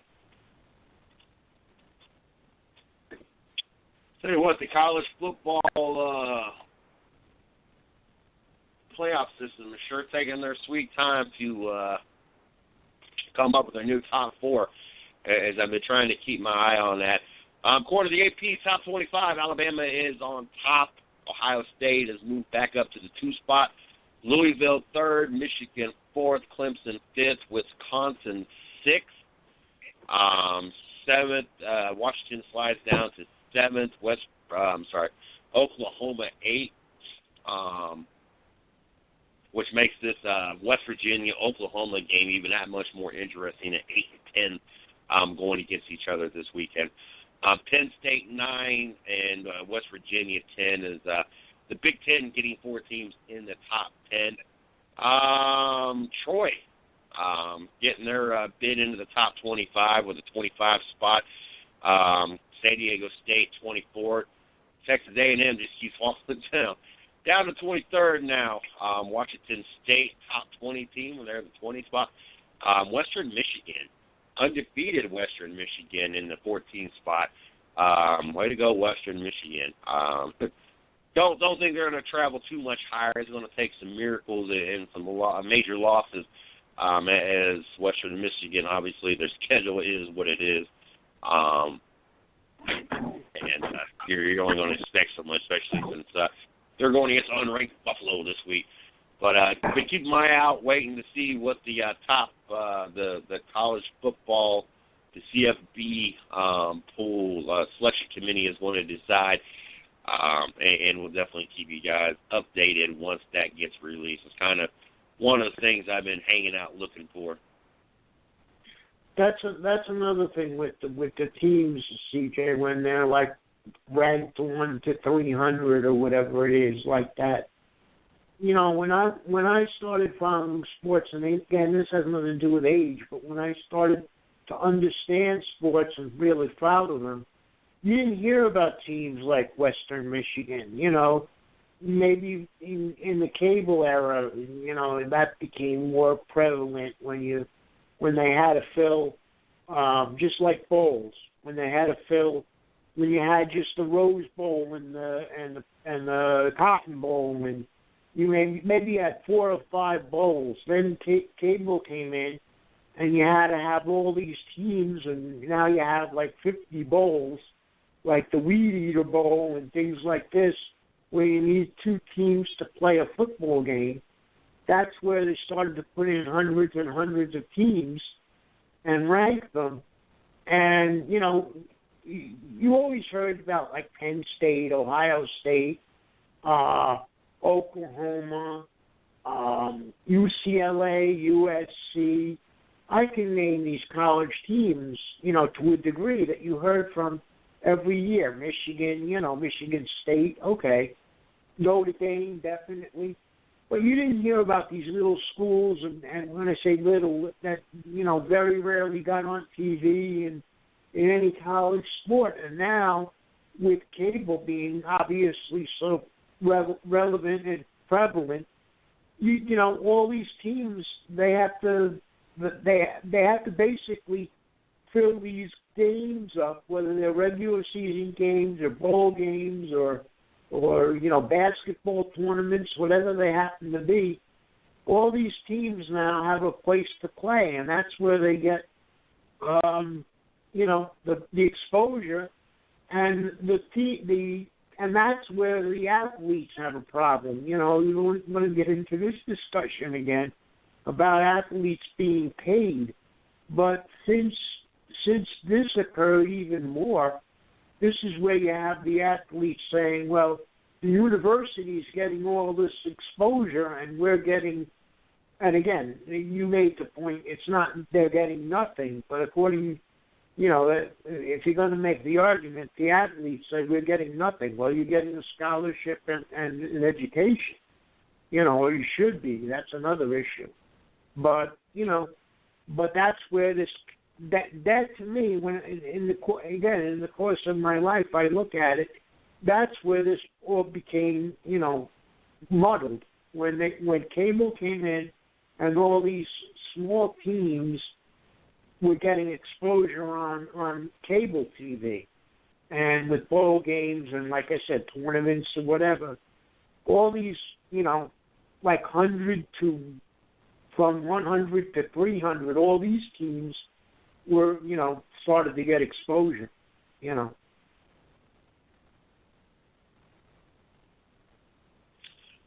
Oh, goodness.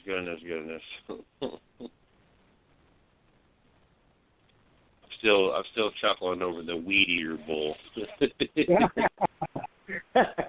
You know what I'm saying? They have all these sponsors that all of a sudden, okay, sponsored by this one and that one, and yeah, I'm sure there's a few very weird ones that I left out that I remember seeing the publicity on here and there, you know. He said the Weed Eater Bowl. That's just too fun for me. There is way too many bowl games. I don't understand why they don't capitalize and make a playoff system that lasts longer than 4 teams that'll drive the TV ratings up. I mean, this is all about money anyway. Why not turn that month off into us having 16 teams, have a playoff run, do away with these meaningless bowl games that they show the TV. The camera guy shows the stadium, and you see about 50 to 100 people in these stands, and I know that's an exaggeration, but it's not far off of an exaggeration.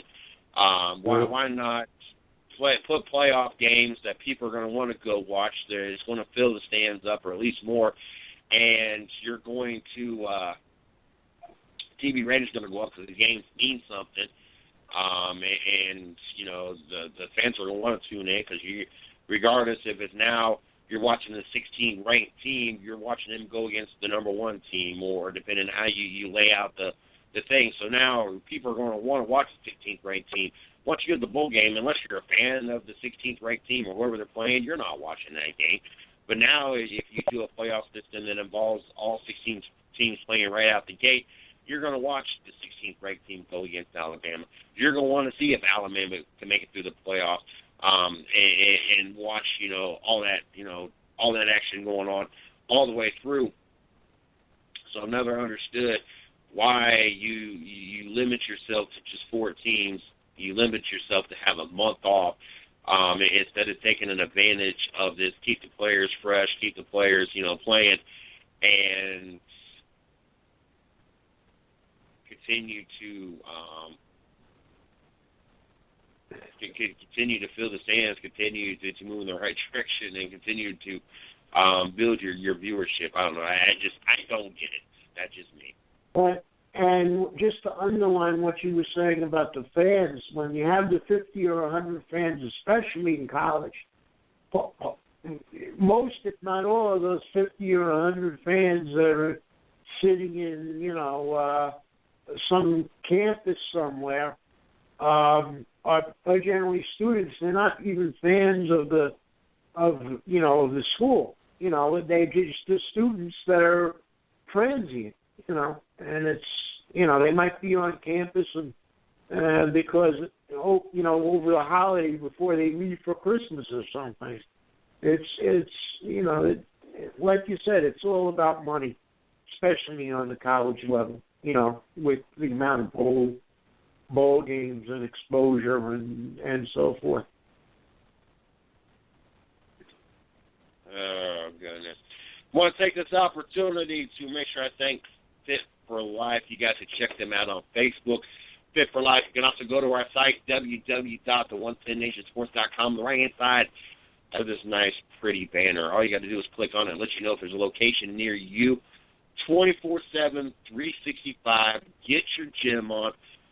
Clean facility, courtesy staff, all the equipment that you need. Check them out. That is Fit for Life. Also going to thank Snafu Seasoning, the official sponsor of Racing with Big Sweat.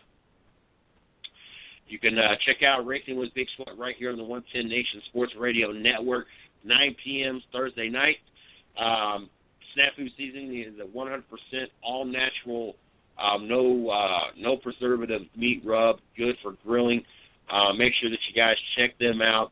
Also, check out Thursday Night Show. All you do is call in, be part of the show, talk to the guest, talk to the host. Big Sweat himself will hook you up with a bottle of Snafu Seasoning. Also, got to thank I-95 Sports Network and Mile High Radio. Without you guys, without these guys, these great marketing partners, these networks, we would not be able to continue doing what we're doing. We'll not be able to continue to grow. So I got to thank all these great people for helping us continue to be able to be on the air here at the 110 Nation Sports Radio Network. Check us out on Facebook. You can check out my personal fan page, Mr. CJ Sports. You can check out the 110 Nation fan page, 110 Nation Sports. Also, check out or follow us on Twitter at 110 Nation. You can follow me at DJ Sports 1.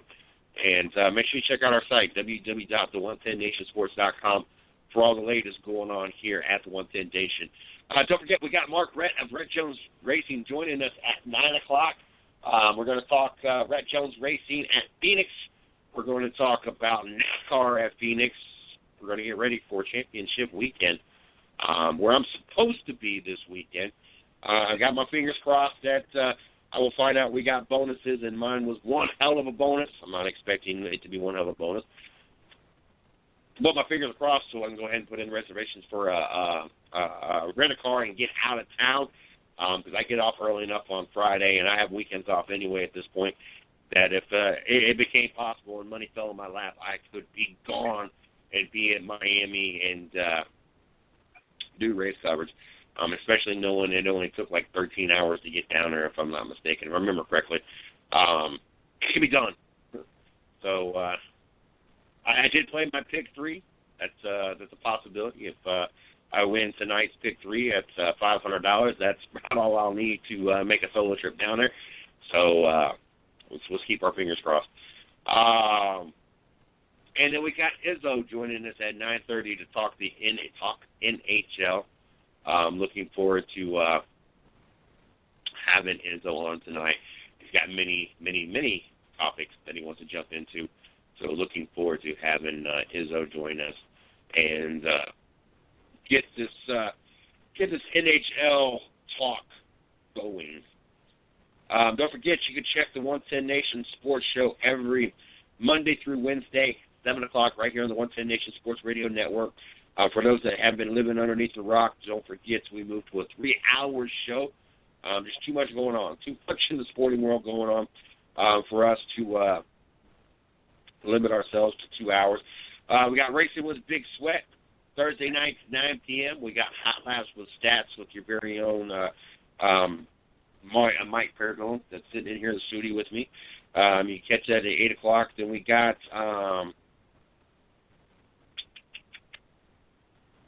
Happy Hour Garage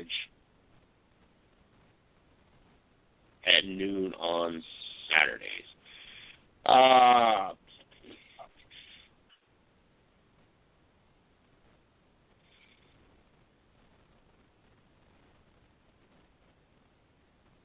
don't know, we got 15 minutes left before our guest comes on. I'm not trying to jump into too much here.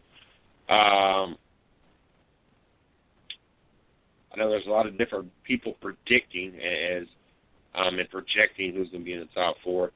A lot of people got Alabama, Ohio State, Clemson, and Michigan in that top 4. Probably where we're going to have what we're going to have.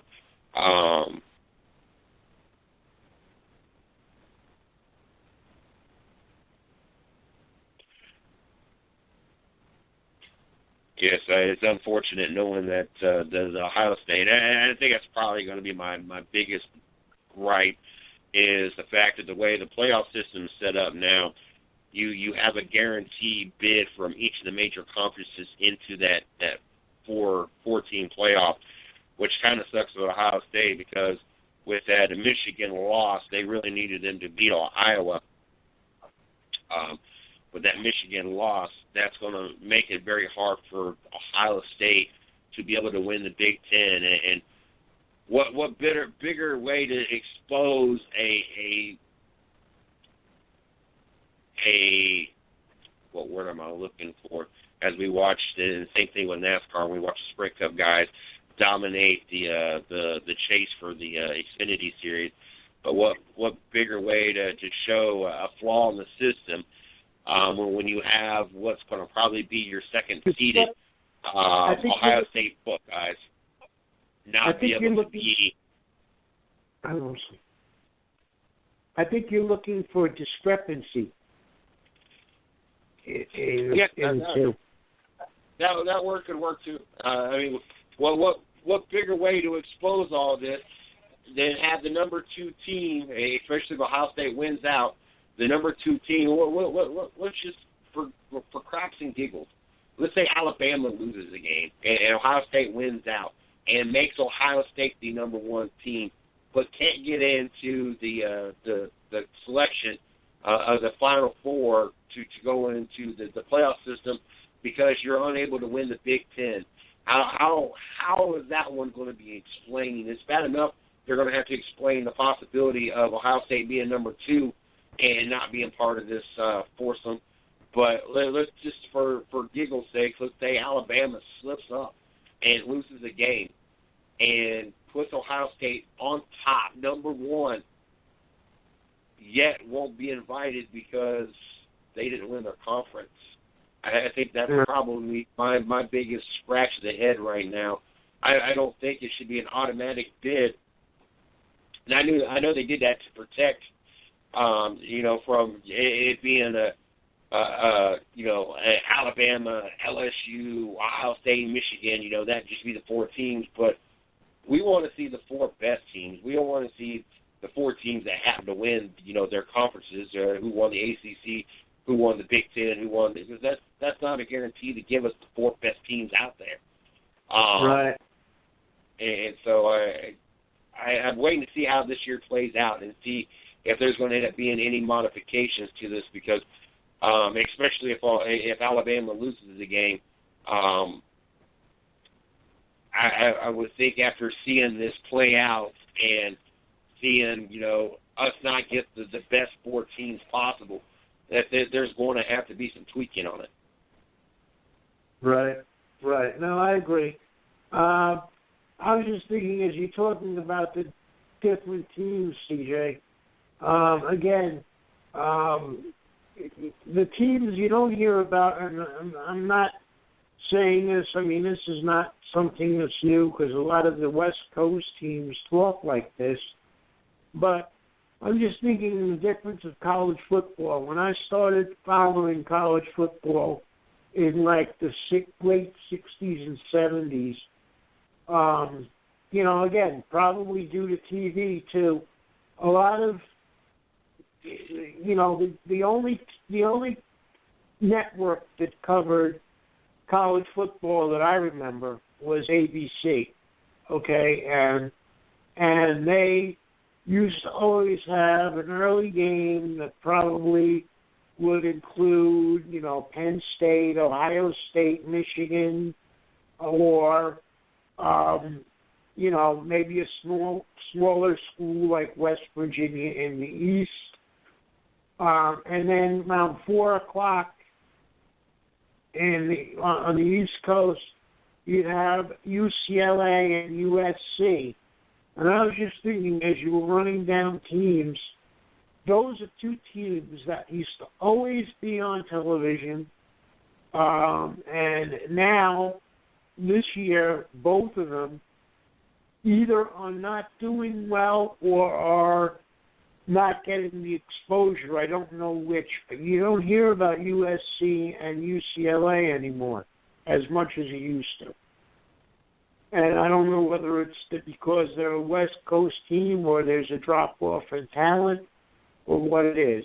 But that those two stick out to me because they were constantly on TV. And even when cable first came in, you either saw USC or UCLA on cable somewhere. And lately I haven't seen those two teams really even on cable.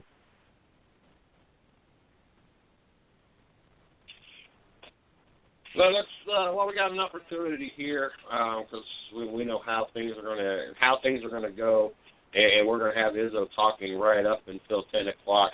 So let's go ahead and take an opportunity and let the fans know what you got going on Friday night, where you can be followed and liked and all that whatnot.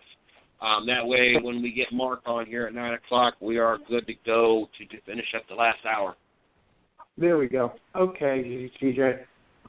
Friday night, again, we have CJ and myself have Bob Flanagan coming on, who is the announcer for Riverhead Raceway and who is celebrating this year, 2016, 40 years in auto racing on Long Island. Again, he was the announcer at Islip and Riverhead, and from what I've been told, I wasn't around at that earlier than that. He was also the main announcer in every track on Long Island, things like West Hampton, etc., and even tracks that went by the wayside before Islip and before Islip, which is when I started.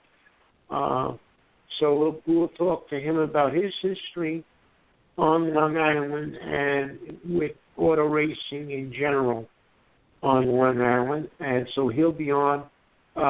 Another guest I'm trying to get on is someone I know that probably will get involved in the Turkey Derby, and is a person I wanted to give some recognition to because he doesn't get the exposure. If you talk about exposure of some of the other drivers, a guy by the name of Kenny Darch, who's run in some very tough luck, but is a very good modified driver. So he's one of the ones I'm trying to get on for this week. And I reached out to him, and I'm waiting for a response. And I believe he's going to the Turkey Derby because he was talking about a test that he went to Wall Stadium for. So we'll talk to Kenny if he gets back to me, and I'll put him on when he does respond, be it this week or whatever, but I'm trying to get him for this week. Also, Jeff Goodell, who is stepping aside for 1 year. I want to get him on to talk about, his decision to step aside for 1 year. And Woody Pickett will be stepping into his 46 modified for the tour season. I know Jeff from Jeff's family from Long Island. They run Riverhead regularly. We've had Eric on, Eric Goodell, and so we'll hopefully I'll be talking to Jeff as well. Those are the two people that I'm trying to get for this week. And you can get me at my personal Facebook page, the Hot Laps with Stats fan page, and at my Twitter account at Stats108.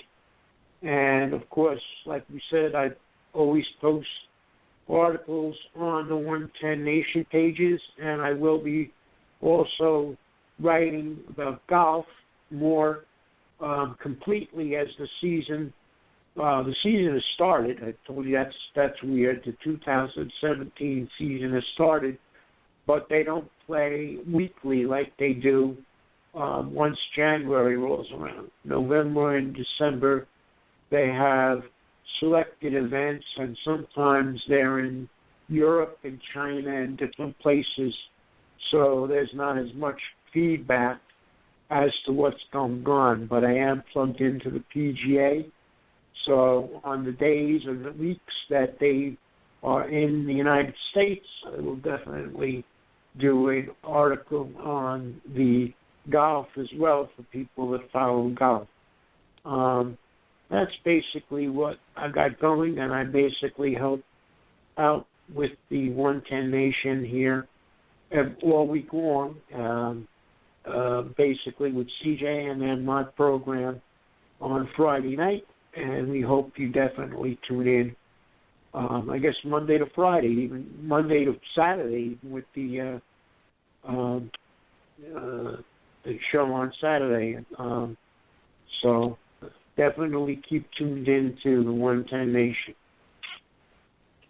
Cleveland Cavaliers got themselves in a close one, 97-93 in the fourth, with about 8.5 left in that. Cleveland is 1 3-point away from making that 10 games with at least 10 3-pointers or more, as they want to see if we can extend that streak, NBA record.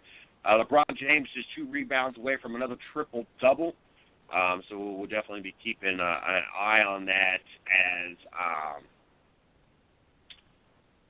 as we keep an eye on the score and keep an eye on the game.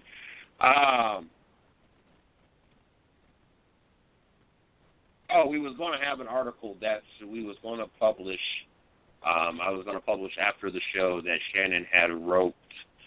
He actually started writing it a week ago, but after comparing it to the Fox article that you shared about the greatest of all time, there was major concerns of whether or not someone would accuse Shannon of plagiarism. I guess it really close in resemblance. And Miss Lee said that they had been emailing back and forth for about a week. So it was an article he had been writing well before Fox Sports even released their article that you shared today. So they went ahead and scratched that. We're not going to be publishing that, just so we don't have unnecessary attention on that article, even though it was actually, begun and worked on over a week ago. The emailing back and forth and everything else got things tied up, and unfortunately, it wasn't released in the timely manner that it should have been done. So, well, so I'm sure Shannon will come up with the replacement. He's very good at that. I think he's already got one. It's going to be coming out tomorrow, or we'll be getting a copy of it tomorrow. So look out for that over there at www.the110nationsports.com. We got Mark Rette of Brett Jones Racing getting ready to join us here in a minute. As Phoenix seems to be the word of the night. Definitely looking forward to talking to him about this last weekend and see what plans are for the rest of the season for RJR. I think I'm really interested to know his thoughts about Alex Bowman. Yes. And as a team owner, how do you how would you approach that, or how would you, I guess, advise a young driver such as him in which direction to go, and what opportunities he should take? Because I think we've all come to agreement there's going to be an opportunity somewhere. It's just whether you are patient and it's a better funded ride and maybe a lower series until something opens up, or if it's a full-time Sprint Cup ride and a lower funded team to get back into the Sprint Cup series. Let me ask you. I'm sorry. Go ahead. I'm sorry. But I was going to say, just on that, something just crossed my mind, and I was as you were saying this, I'm remembering something. Now, I don't want this to sound anti-Casey Kane, but it's going to, I guess. So be it. Casey Kane signed with Hendrick, and I was a little bit surprised that they re-signed him, to be frank, because that 5 car hasn't performed up to Hendrick standards for a long time, in my view. Would you, again, we can only ask Rick Hendrick this, I guess, would you, considering how Bowman has performed and the fact that we went through this last night, the only seat that's open, in fact, Steve went through it with you, and then we talked about it on your show, the only seat that's open is the 44 with Richard Petty. Would you release Casey Kane and put Alex Bowman in that car in view of his performance this season? I guess in a sponsor-driven sport, I guess it's kind of puts you in a position where it kind of depends on where your sponsors are willing to go. And I know that some sponsorship has been lost over there, the number 5 car, due to lack of performance and stuff. But I guess it's kind of where the money is going to come from and who the money is willing to put in that car. If I have a sponsor that is willing to sponsor all the season or majority of the season, then yes, due to the lack of performance and lack of interest over there, I would probably say it's time to switch gears. But that's a lot to do with sponsorship. But like I said, definitely interested in getting Mark's input, and we got him in the studio, so let's go ahead and get him on the show. Mark, how are you doing tonight? Not too bad. How you guys doing? Hey, not too bad. Before we jump into this, as always, social media, sites, sponsors, anything you want the fans out there to know about you, Rette Jones Racing, your drivers, or anything else, throw out there real quick before we jump into this night. Just the normal, like always. Our Twitter handle, RetteJones30, under Rette Jones Racing. Nothing special. We're still, I tell you this guys all the time, we're still working diligently on the website and getting everything up and running. But we haven't done that yet. We're getting some things going this year as it gets latter part of the year. So, like I said, got a lot of big things going on. That's pretty much it, on our end. Keep up with us on the Twitter deal. We try to update as much as we can, and right now that's what we got rolling for us. You guys were out at Phoenix this weekend, Dominique in the 02 truck. How did the weekend go for you guys? What did you guys learn? What did she learn? And what did you guys take away from this weekend? First and foremost, this weekend was a learning weekend. Obviously, Dominique's first truck race, getting her feet wet, getting ready to go. We were tiptoeing throughout the weekend. Had a really good weekend going. And she was getting better every lap, just working her way up to it. I knew when we got into the race she was going to be just fine. And she was doing a really, really good job. She was actually, she was actually passing for 14th at lap 26, doing her thing and running competitive lap times. Sorry about that. Running competitive lap times, top 10 lap times is what we saw right away. So was very excited to she came and commented on the truck was darn near perfect. Really happy with everything and saw where once she got in the race and had that rabbit in front of her, as I would call it, she learned a little bit more than she learned in practice, running by herself. So she said she was just working her way up to it, and the truck felt great, picked up some speed from practice, ran, easy top 10 lap times. And then the knucklehead there in the 66, Austin Wayne Self, if you watch the replay, it's kind of self-explanatory. He drove right into her. Spun her out getting down into turn one, put her 3 wide. There wasn't a lane there. There wasn't a groove. There was nothing there for him to why he did what he did. And at the end of the day, she had someone on the outside of her, and she gave them plenty of room, and he ended up hooking her, and she hit the left front fender on the inside wall. That's how low she was. And, and ended up ruining our day. It bent the truck up pretty good.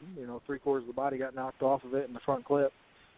So at that point, we assessed the damage on pit road. I put it behind the wall. And at that point, I was going to try and get it back to where it needed to be for her to go run laps and learn. But unfortunately, after we got assessing the damage a little bit deeper, it was just twisted up too bad to continue. It was a heartbreaker for her. She was doing everything she needed to do, and was doing a fantastic job up in, obviously, something out of your control. So we licked our wounds and loaded up and headed on home, and we'll rebuild for another day as far as the truck stuff goes. And like I said, up until that point, everything went perfect. Everything went great. She did a great job. She had the speed. The truck was good. She was happy with the truck. She said, I got to learn, and everything was moving in the right direction up until the circumstances that were laid in front of us. Now, I didn't get an opportunity to catch all the races. As a matter of fact, I didn't make it very much into the race. I'd been up since 3:30 that morning due to work. So as soon as I sat on the couch, Mike actually reminded me the race was even on. I got it all up and on the laptop, was sitting there watching it, and the next thing I know, I was waking up. So I didn't make it very deep into the race. Did she have an opportunity to do any pit stops? I know it was something that she worked on. It was something we talked about when she was on the show and she worked with Stewart-Haas Racing. Did you guys make it long enough into the race that pit stops were used, and how did she do, if so? Unfortunately not. No, we did not. Like I said, it was lap 25, 26 when Austin Wayne put her 3 wide and wrecked her. At the end of the day, it's lap 26 of a 150-lap race, and he was racing like a complete idiot. And I obviously, I did my due diligence, and I didn't say anything until I finally saw the replay on Monday. You can Google it at YouTube, and Austin Wayne self wrecks at Phoenix, 2016, and there it goes. It pops up, and you review it, and it's like, what was he even thinking? So unfortunately, our day was ended early. She did not get to work on the pit stop stuff that she did, at Stewart-Haas with the Stewart-Haas guys. That was something she'll have to put in her memory bank for the next time. And with working with them, and the Stewart-Haas guys were pitting our truck, and anytime we ever go do a pit stop race again, or a truck race, arc race, whatever it may be with Dominique, we'll reach out to those guys and use her, because they were very valuable and helpful to her on her learning curve. The pit crew coach came by before the race, and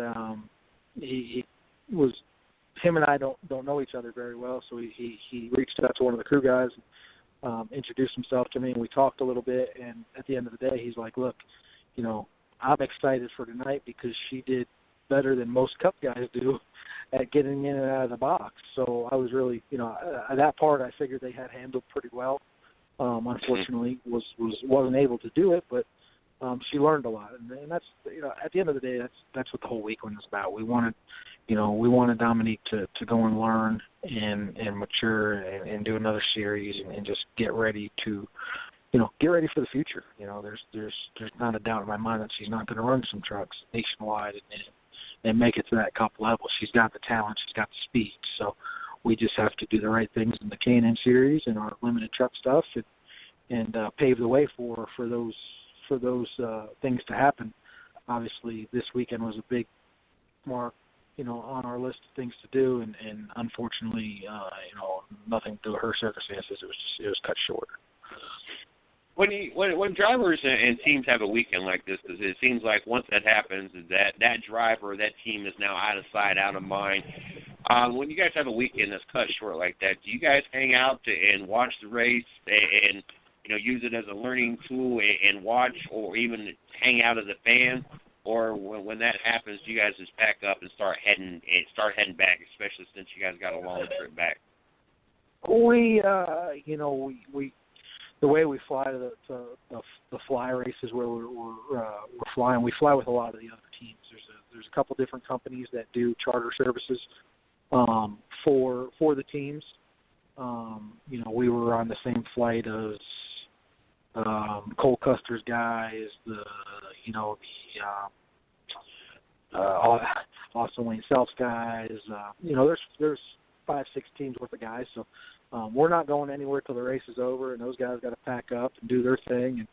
And so we packed up, and we watched the Jumbotron there and tried to learn as much as we can. Obviously, the drama there with what was it, 10 or 15 to go, where the 9 lost his engine. Kid's won a lot of races. He's done his fair share of doing everything he needed to do to run for the championship and run in the top 4 for the final deal at Homestead. And unfortunately, a sour engine ruined his day, which was gut-wrenching. I've got some friends that work on that team. I've got some friends that have been at that team a long time. And, they did everything they needed to do. They ran phenomenal throughout the whole year. Like I said, they did everything they needed to do, put themselves in the right position, and unfortunately, an engine issue took them out of the Final Four. Mike, let's you jump in here before we switch gears. Okay. A couple of things now.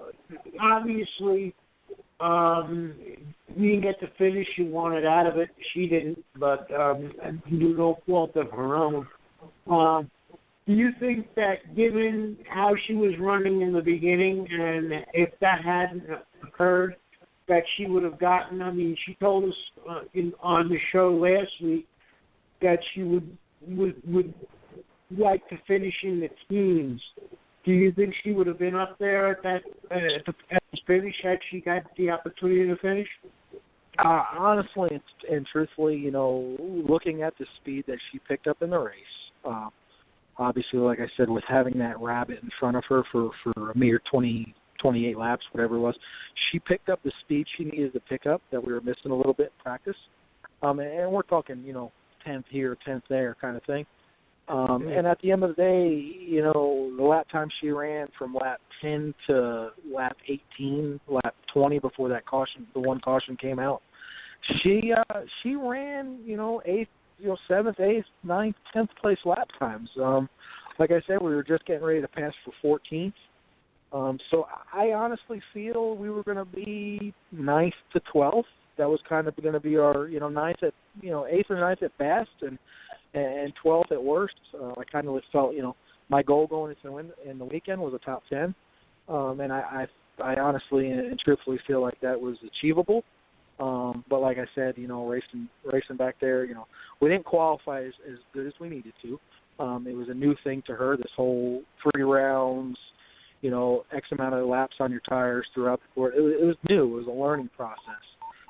We didn't qualify where we wanted to or where we needed to say, but I definitely felt like she had the speed to run, like I said, 8th to 12th. I felt like that was going to be, I felt like that was going to be where she was going to lie. That was going to be a good day. We were going to pack up and move on and check that box off.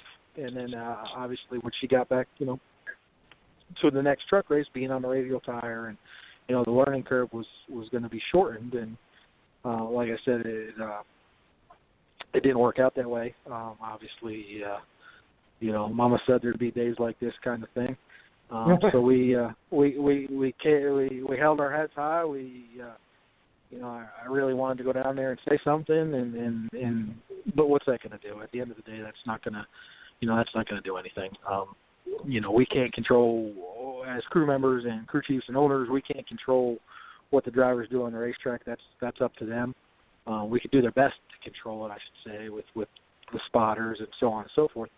But when it comes to situations like that, we can only do so much. So, I kept my mouth shut, and like I said, there'll be days like this, and we'll move on, and we'll build from it, and we'll be stronger next time. So,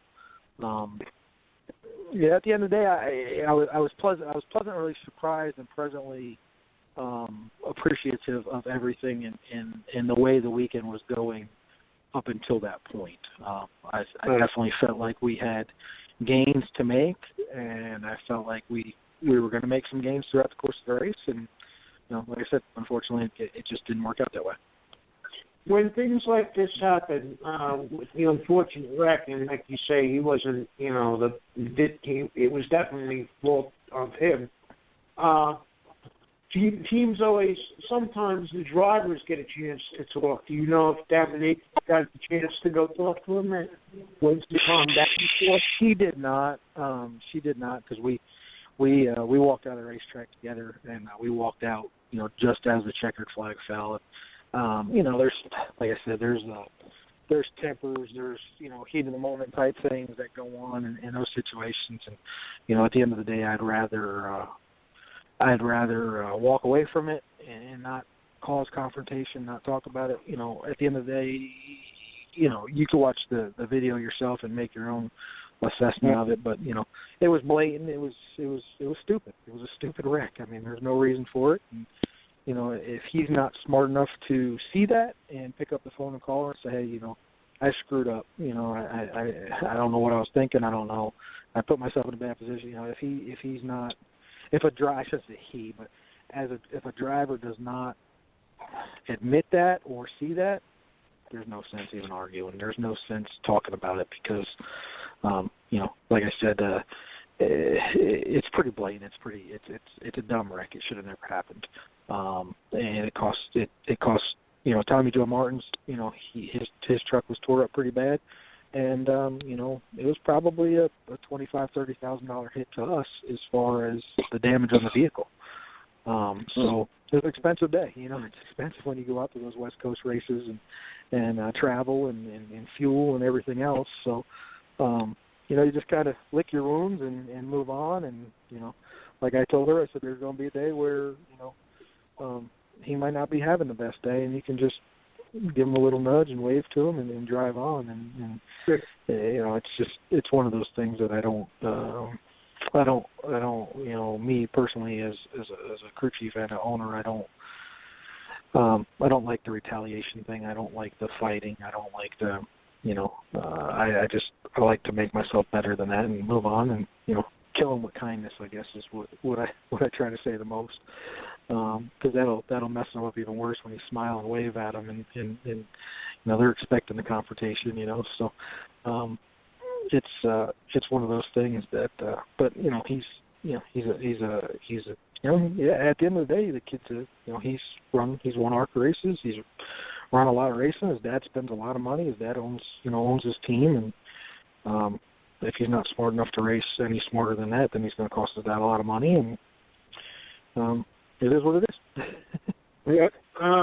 No, I actually saw the wreck on TV. That's why I was wondering when I saw it, and I didn't see any. I saw the replay when they slowed it down, and you could tell, that that he came down into her, and it wasn't really her fault. But I'm sorry to see that. I mean, I was thinking of you guys when it happened because, like I said, we've had, like CJ said, we had her on the show, and then talking to you, and I'm like, oh man, 26 laps. I could just imagine myself, But like you said, so be it. On to next year, I guess, right? Yeah, we like I said, we did an alliance with Tyler Young and to run the number out there and help Tyler, and it was just Tyler and I are friends. It all worked out great that way. Tyler had the opportunity to run two trucks at Homestead. He's not actually running himself. He's going to run, two different vehicles down there. Patrick Starpoli and Scott Lagacy are both entered in the race. Scott Lagacy in the 02 and Patrick Starpoli in the 07. And kind of a joint effort back towards Tyler is the Rette Jones boys, myself. We're going to be taking care of the truck for Patrick Starpoli at Homestead this weekend. So, it's Tyler's vehicles, Tyler's trucks, all his parts and pieces and all that, but we're going to go down there and crew it, and I'll call the race for Patrick, and we'll try and help those guys out best we can. So we get one more shot at it this weekend before the total end of the year, so we're looking to go to Homestead and redeem ourselves a little bit. There you go. I want to switch gears here for the final 8 minutes or so. NASCAR obviously was there this weekend as well. There was a Sprint Cup Series. Getting us set up for Homestead as well as the Xfinity Series. Not quite the Final Four I think we all expected. We do have the defending champion. We have a 6-time, possible 7-time champion. We have Carl Edwards, that tiebreaker cost him the championship when he tied Tony Stewart. And then you have Joey Logano, who Matt Kenseth pretty much prevented him having an opportunity last year to be in this situation that he is this year. But not quite the Final Four. No Kevin Harvick, no Martin Truex. I think there's a couple other names that I think we all honestly expected to see there at the end of this Final Four. Before we jump into that, though, as you heard, as you called on, or as you called in, we're talking about Alex Bowman, and we talked a little bit about this on Monday night as well. Kind of curious in your role as a team owner and dealing with young drivers, how do you help mentor or help guide a driver such as Alex Bowman into the right direction? Because the way he's performed, going from the 23 team to a lower-funded team, didn't get the rides he needed to really showcase his talent.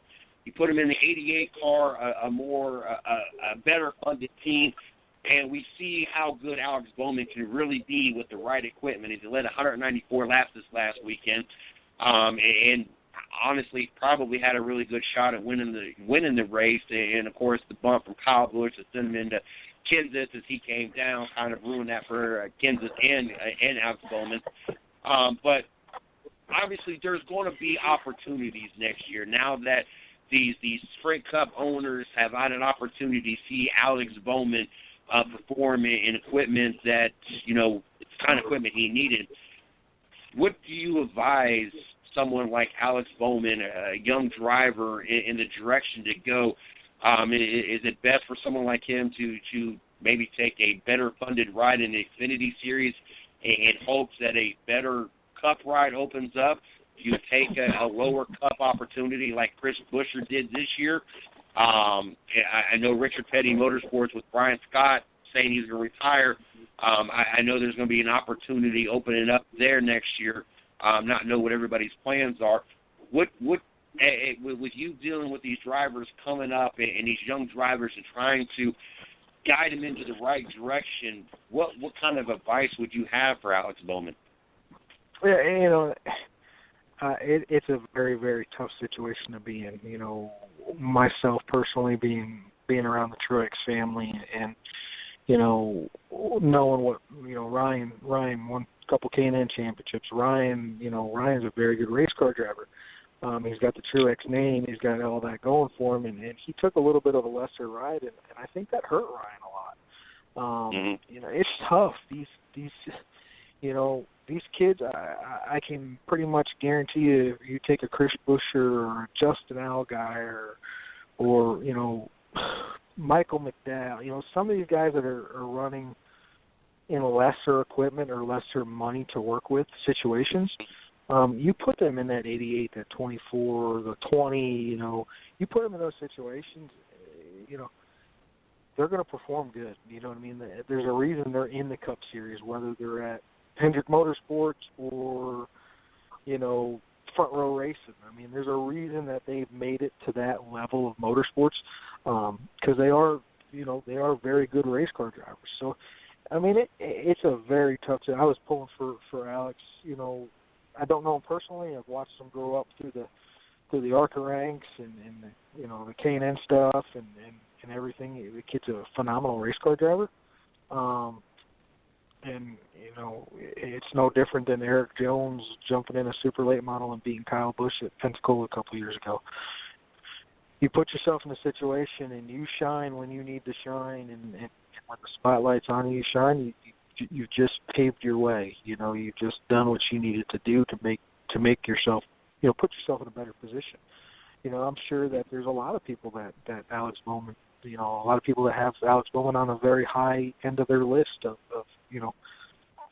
2017 and beyond, and that's the decision that Alex is going to have to make. Does he take a lesser ride full time, or does he take a better ride part time?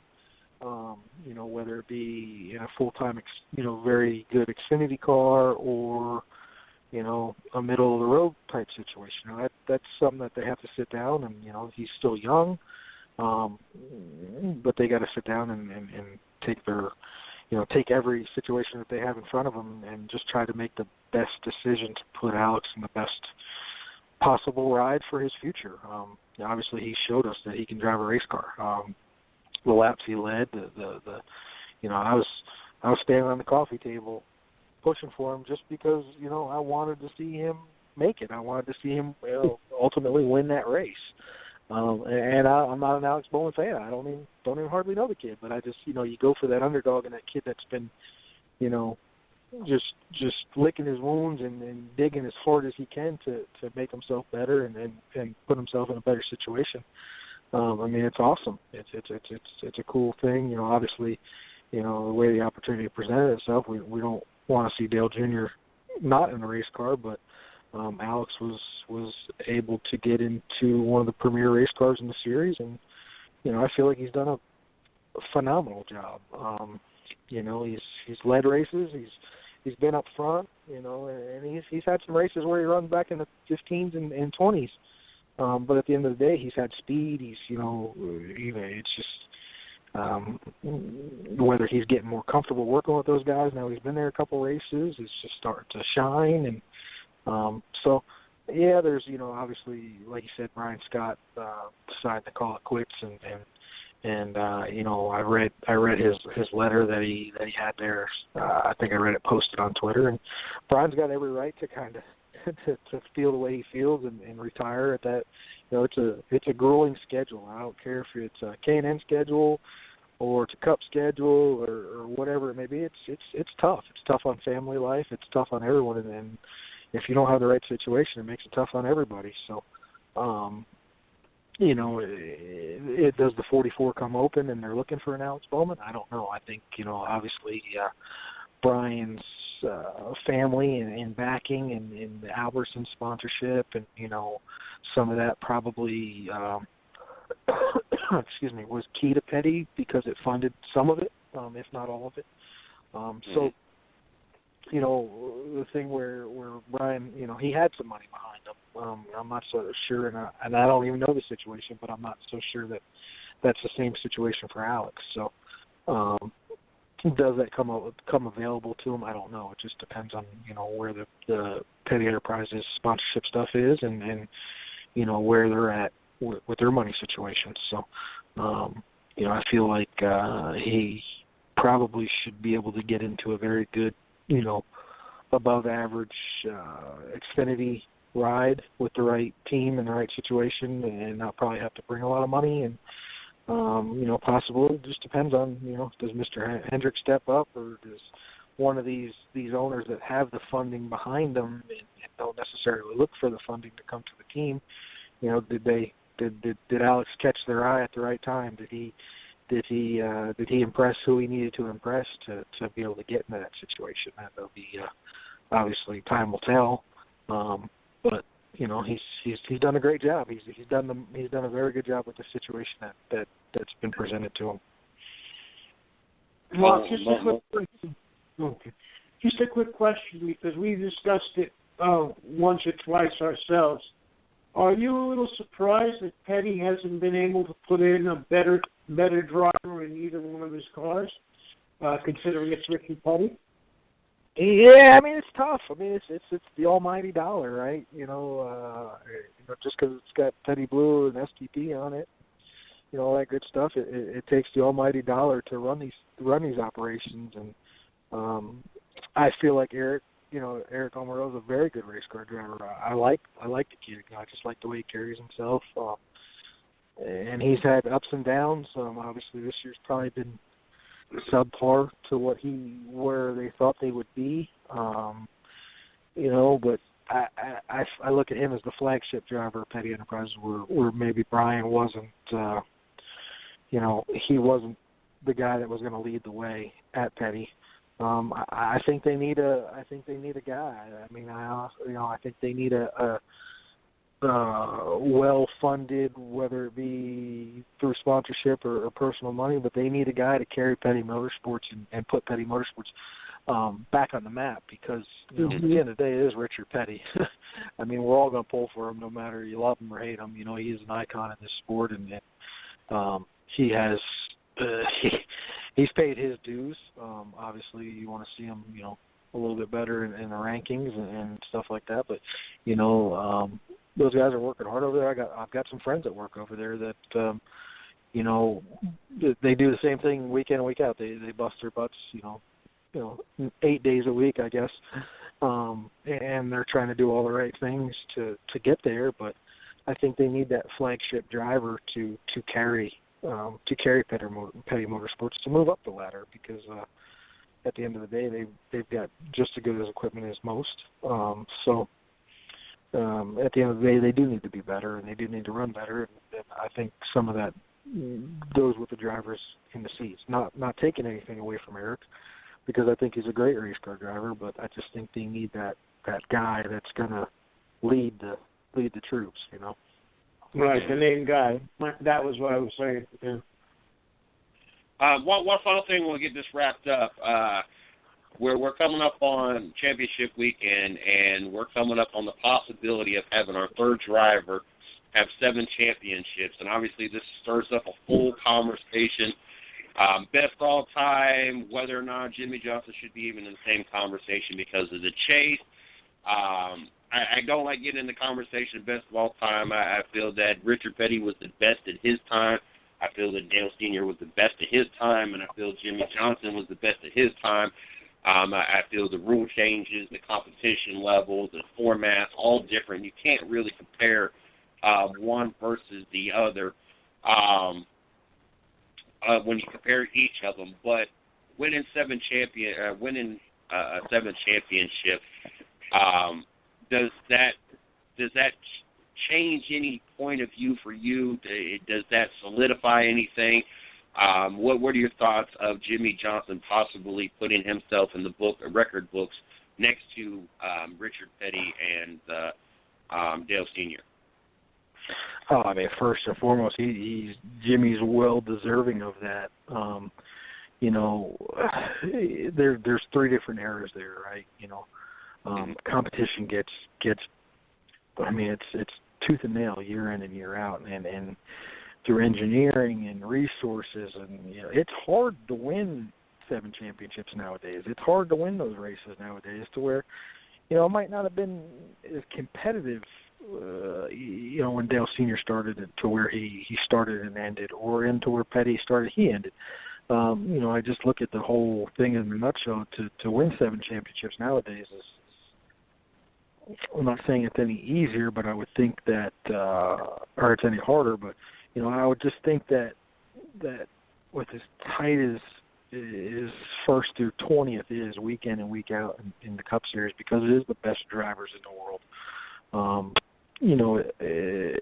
I think Jimmy, I'd like to see him win it. I want to see him win it. I want to, we love the history books, right? We love, we love all that stuff, and I think Jimmy deserves it, and he's put his time in. I think there's no reason he can't go win 8, 9, or 10, because he is Jimmy Johnson. He's one of the best out there, and he's got a great crew and great team owner, and so on and so forth. Going into Homestead this weekend, I want to, I'm hoping for the Cinderella story. I want to see Smoke walk out winning his last race. I think that would be one of the coolest things in the world. And he's very deserving of it himself. And in Homestead, obviously, he did it a couple of years ago. It's a track that he really likes, and normally has very good finishes at. So, while I'm hoping for Jimmy Johnson to win the championship and win that 7, I'm also hoping for Tony Stewart to go down to Homestead and just, he's announced his retirement. He's not coming back. He's going to go move on to dirt racing and enjoy life a little bit. How cool would it be to walk away winning your last full-time series Cup race? That's just something I think everyone would we talk about it for years, So, I'd definitely like to see that, and I'm pulling for Jimmy, to win the championship, because he, not that Joey or some of these other guys, Carl Edwards. I mean, how could you go down to a tie, and wake up the next morning knowing you're not the champion? I mean, that's gut wrenching. And there was a show on TV last night that recapped that race that I watched bits and pieces while flipping back and forth from the football game, and man, just to relive it once again, just watch it, it's gut-wrenching, you know what I mean? And Carlos, you know, they're all deserving of it. They've all put their time in. They've all worked really hard. They're all, you know, they're all part of great teams.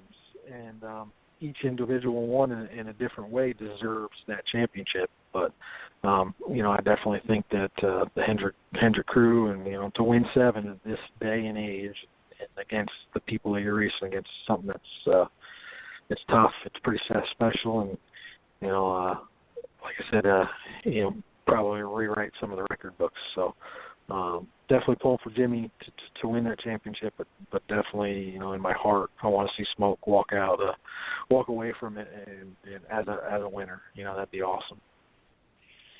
I could definitely agree with that. And I think one of the things people don't take into consideration with Jimmy Johnson's run is the different format that he had to do to win the championship and all the different cars, the COT and all the different generations. I know there's modifications in cars, but it seems like over the last 10 years, 15 years, NASCAR modified and changed the cars a lot, trying to get to where we're at now with these cars and the racing that we've gotten to see this year. And, you know, that kind of makes you throw out the book every year and have to start fresh because not all the notes you took from the season before are even any good.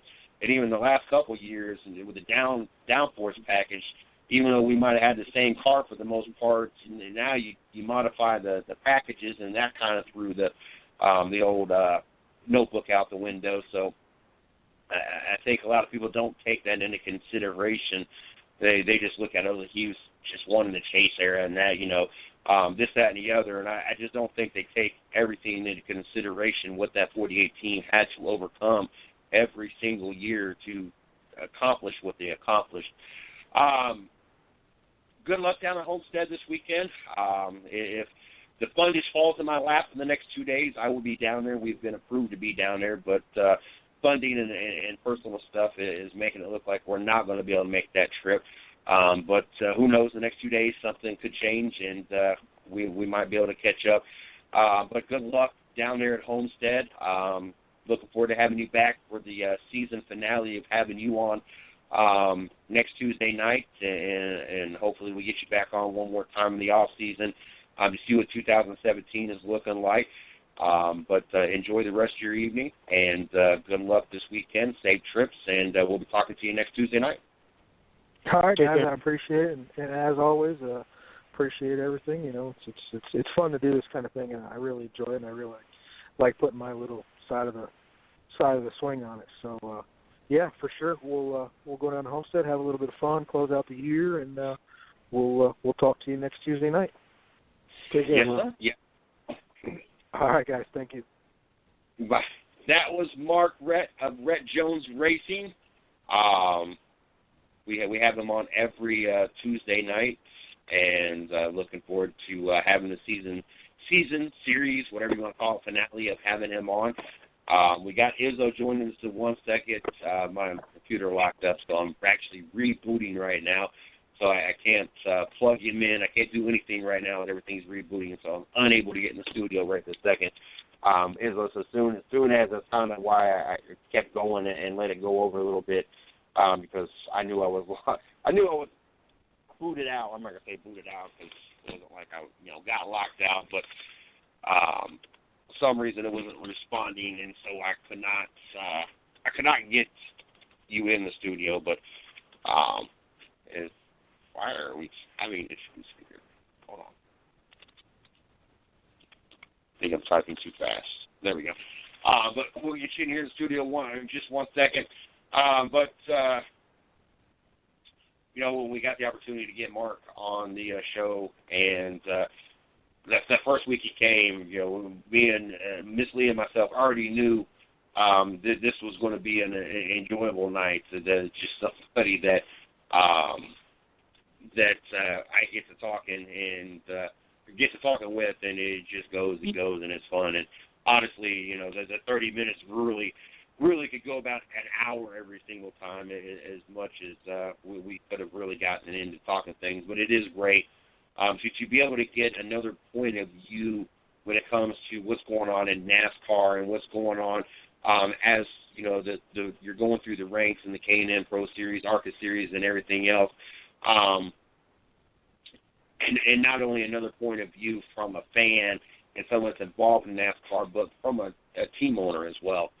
And definitely going to be sad after next Tuesday, knowing that we're going to have a long break before we have Mark back on the show. Hopefully we'll get him back on next year in some kind of regular fashion and be able to do this again. It's great not only be able to get his point of view about NASCAR, but you kind of start feeling like you're part of the organization, because now you get to talk every week and know what's going on and get the updates and kind of be able to know what they're thinking, and you know, it's really cool when you start to build that relationship, and it's really fun. And so definitely hoping next year we'll be able to do more of what we got to do this year. Just about got it reloaded, as I know he's pitting my Blue Jackets. I tell you what, my Blue Jackets, we might have another Ohio team pull out a championship. The Cleveland Cavaliers did go on to win 121-117. I did see that, and I think Cavaliers ended up with 12 3-pointers, so make that 10 straight games to start off the season as the Cleveland Cavaliers have hit at least 10 3-pointers. Extending their NBA record that they had previously set, and on pace to continue to be on pace to beat the Golden State single-season record of 3-pointers that the Golden State Warriors set last year. So that's without J.R. Smith. That's without Swish. So we'll see how the rest of the season continues. But I got the studio back up. Let's get Izzo in the house. Izzo, how are you doing tonight? I'm doing pretty good, Jay. Listening to the last part of Mark and his little NASCAR segment, which is pretty cool to listen to. Also watching the Tampa Bay Lightning game right now, since the Columbus Blue Jackets beat the Washington Capitals in overtime. You know, Zach Werenski and Cam Atkinson scored the goals for Columbus tonight. Backstrom kind of broke the goose egg for Bobrovsky tonight with a pretty shot. Also final, our Carolina Hurricanes won tonight 1-0 as that game concluded a little bit ago. And we got a couple other games that had just gotten underway for today, or for tonight, I should say. A couple late games going on and everything like that. But another impressive win for the Columbus Blue Jackets, needless to say. It's been a very good ride. We all know the other night they put up an 8 spot against, I can't remember who it was off the top of my head. But I guess everybody's having technical difficulties tonight. My computer seems to be acting up. But Columbus Blue Jackets seem to be putting up a lot of goals lately. Have really been very tough for teams to play. Tonight was their first division battle against the Capitals, as they are both in the same division. It's definitely been an interesting season so far, since they are in the top, part of the special teams, as I talked about last week. They're still continuing that push and everything like that, which is very important this early on in the season and everything for every team, really. We got Montreal, who seems to be, playing up to what their potential is and everything like that. Carey Price, the first goaltender to ever start 10-0 in the first part of the season, so that's a record to cherish for Carey Price and everything like that. So it's been an interesting season right now. Like I said, the Jackets won over the Capitals. The Hurricanes shut out the Sharks tonight, 1-0. We got a couple later games. We got Edmonton against Anaheim. We got New York and Vancouver tonight. At the end of the first, the Kings are tied with the Avalanche, 0-0. The Devils and the Stars are tied 1-1 in the second right now. The Blackhawks, who are down 1-0 to the Jets with just under 30 seconds to go in the second period. Flames are up on top of the Wild in Minnesota, 1-0. That game is in the second period. End of the second period, it's the Sabres, 1 in the Blues, 1 in St. Louis, so that game is tied right now. Lightning are up on top of the Red Wings 3-1. That game has been something fiercely physical right now. It's been pretty rough on Tampa Bay. Tampa Bay, who lost Steven Stamkos to a lower body injury, did not return to this game. I just watched Darren Helm for the Red Wings get carted off with what seemed like to be a mid-body, maybe an arm injury of some sort, so he just went back to the locker room. Canadians are tied with the Panthers 3-3 with just over 8 minutes to go in that game. The Toronto Maple Leafs are up 4-2 on the Nashville Predators. That game's being played up in Toronto right now. And the Senators are in Philly right now taking on the Flyers, and that game is in overtime right now, and the score's at 2-2. So we got a lot of good games going on. We got a couple more getting ready to come on tonight. So it's been a good pace of hockey so far, Jay. Definitely sounds like it. Loving the hearing the things about my Blue Jacket, especially the points. As they won 10-0 prior to last week's show, and you're talking another 8 goals. I tell you what, the Blue Jackets, I don't know where they're finding all these goals, but I'm sure glad that they've decided to start showing up and putting some points on the board.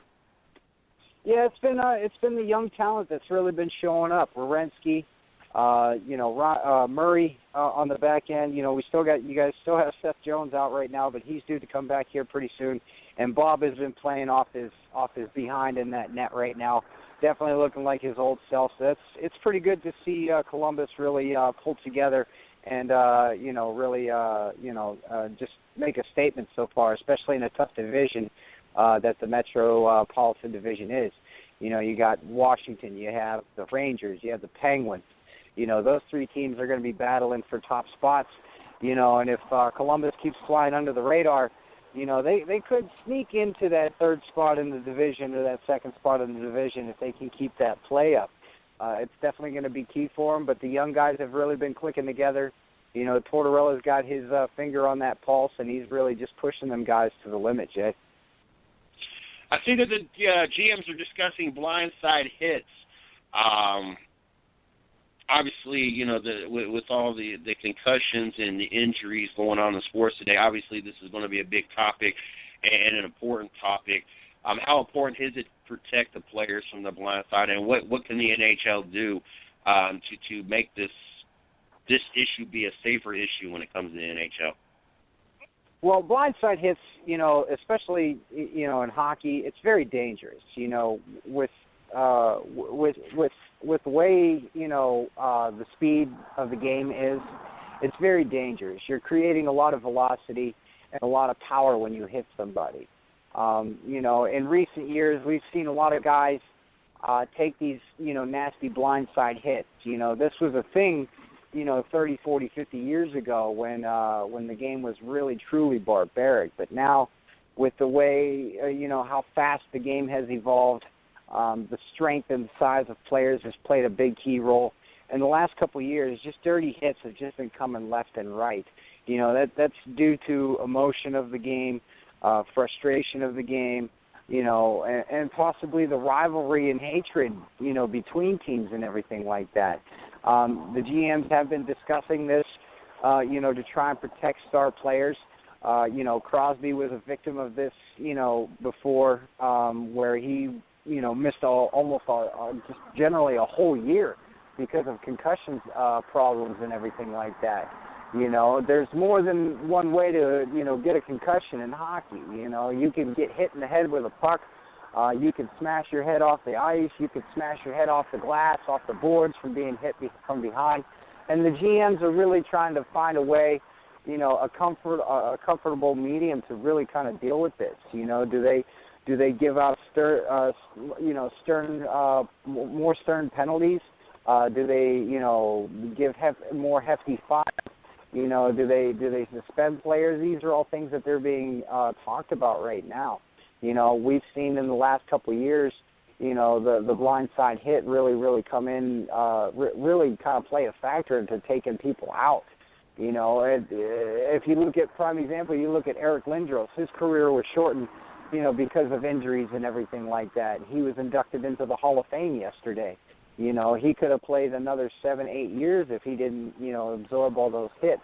And when he played, he had guys, you know, Scott Stevens, Darius Kasparidis, Darian Hatcher, you know, all these guys really were big hitters and everything like that. That's how they made their living, you know. So you don't want to see a guy like that really take, you know, punishment like that. You know, you want to see your superstars of your home teams really, you know, be able to perform night in and night out without having to worry about somebody coming from, you know, a blind side to really clean your clock and everything, you know, because when you fall back, when you get hit like that and fall back, you know, and you smack your head off the ice, it's not like, you know, falling on grass or that artificial turf in football. You know, you're falling on solid, you know, ice, and then underneath that ice is concrete, you know, so it's a double whammy essentially, you know, and the hockey helmet is probably the worst sporting, you know, protective equipment in all of sports really. You know, it doesn't really protect that much.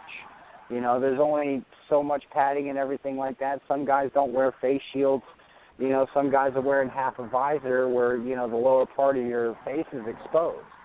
You know, so it's a dangerous game, and, you know, the GMs just want to try and protect their players. And, you know, at some point in time I can see, you know, possibly rule changes, penalties, heftier fines, and some pretty big suspensions coming if this type of play really continues.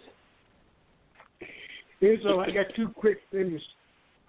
First of all, update me on the injury to that Islander guy. I read something in the headlines that he got a concussion or something like that. Yeah, he. I think what it was is he took a puck to the face and got a concussion. I think he cracked his jaw too, if I'm not mistaken. I really didn't get a chance to read up on that one too much, but I did see that. You know, and that's just another thing, really. You know, if he would have been wearing a full cage or, as we call it, a fishbowl, which is just a clear visor that protects your whole entire face, you know, with a padded chin pad or a chin pad that's on the bottom and everything like that. You know, college players have to wear it. You know, anything below college and anything below have to wear either a full cage or what we call a fishbowl and everything like that to protect young players from getting these type of injuries. But when we get up into the professional leagues, even some of the minor leagues now, they're instituting that you have to at least wear a visor to protect your eyes and everything like that. You know, there is no rule where you have to wear, you know, full face protection in the minor leagues and everything like that. So that's something I could see possibly changing, you know, if these types of things, you know, happen, you know, because a puck can get, you know, deflected off your stick into your mouth, or it can deflect off a skate up into your mouth, or, you know, you just take the shot direct. So, you know, this is going to be something that the league is probably going to be looking into here in the near future, Mike. Right. And one other thing, because you mentioned Lindros, I read something where the Flyers, you said the Flyers tried to talk him out of retirement. Yeah, they did, you know, because he was such a pinnacle guy for that team at that point in time, you know. At that point in time, before he came in, you know, the Flyers weren't that great of a team. You know, they didn't have those star players and Schultz and Clark and all those guys anymore, you know, so they were really trying to reinvent themselves. You know, Ron Hextall was probably at the latter end of his career when Lindros came in, and then you had guys like John LeClaire, Mark Recchi, and all those guys really come in and, you know, really change and reinvent that franchise, you know, and really kind of re-spark that Pittsburgh Philly rivalry, you know, because before Lindros got there, it was just Lemieux dominating that series and everything. And, you know, when they picked up Lindros, you know, that was kind of their Mario Lemieux and everything like that. He meant a lot to that city. He performed very well, was a great, you know, big body guy. You know, he I think he's 6'4", 220, 230 pounds. You know, can skate like the trade. I remember that trade when they traded for him. Yeah. You know, and then when he got traded to the Rangers and everything like that, you know, he still kept the injury bug, the concussion bug, still stuck with him. and his doctors told him, listen, look, you keep taking hits like this, you're going to end up having really bad problems. You're going to memory loss, physical abilities, are going to be, hindered and everything like that. You might lose control of your limbs. There could have been, there could have been an instance if he could have took another hit, a really bad hit, he could have had Parkinson's disease, kind of like how Muhammad Ali did when he took all those headshots and everything in boxing. It's essentially the same thing, And, I feel like the league is really going to try and look into this because concussions are, they happen, whether it's accidental or on purpose, they happen, it's just part of the game, whether it's a dirty play or, a shot to the head and everything like that. I mean, from personal experiences, I've received, I think I've had maybe 4 or 5 in my lifetime, and that's just from playing goalie, taking shots to the head off the mask, and that's no fun. You sit there and you're just kind of, you're dazed and confused most of the time. You got to be careful when you stand up.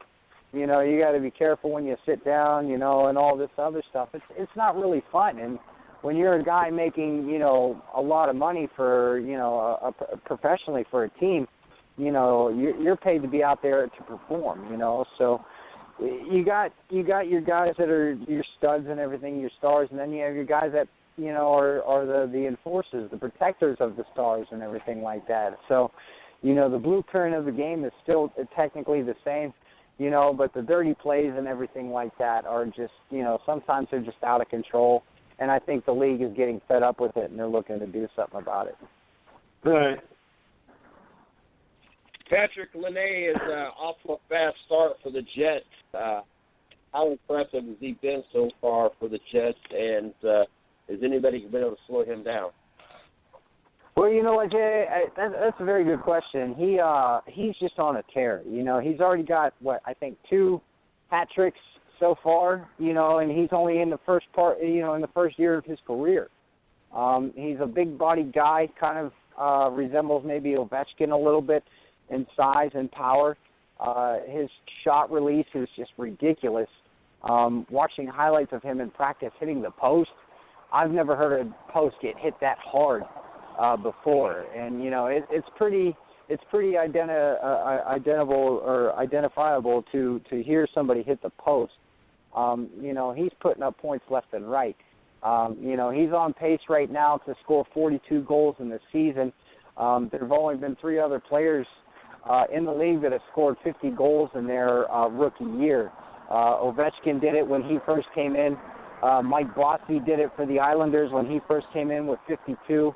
Teemu Selanne scored 76 in his rookie year. So there's those 3 guys, to be in that kind of list of guys that, made a pretty big impactful,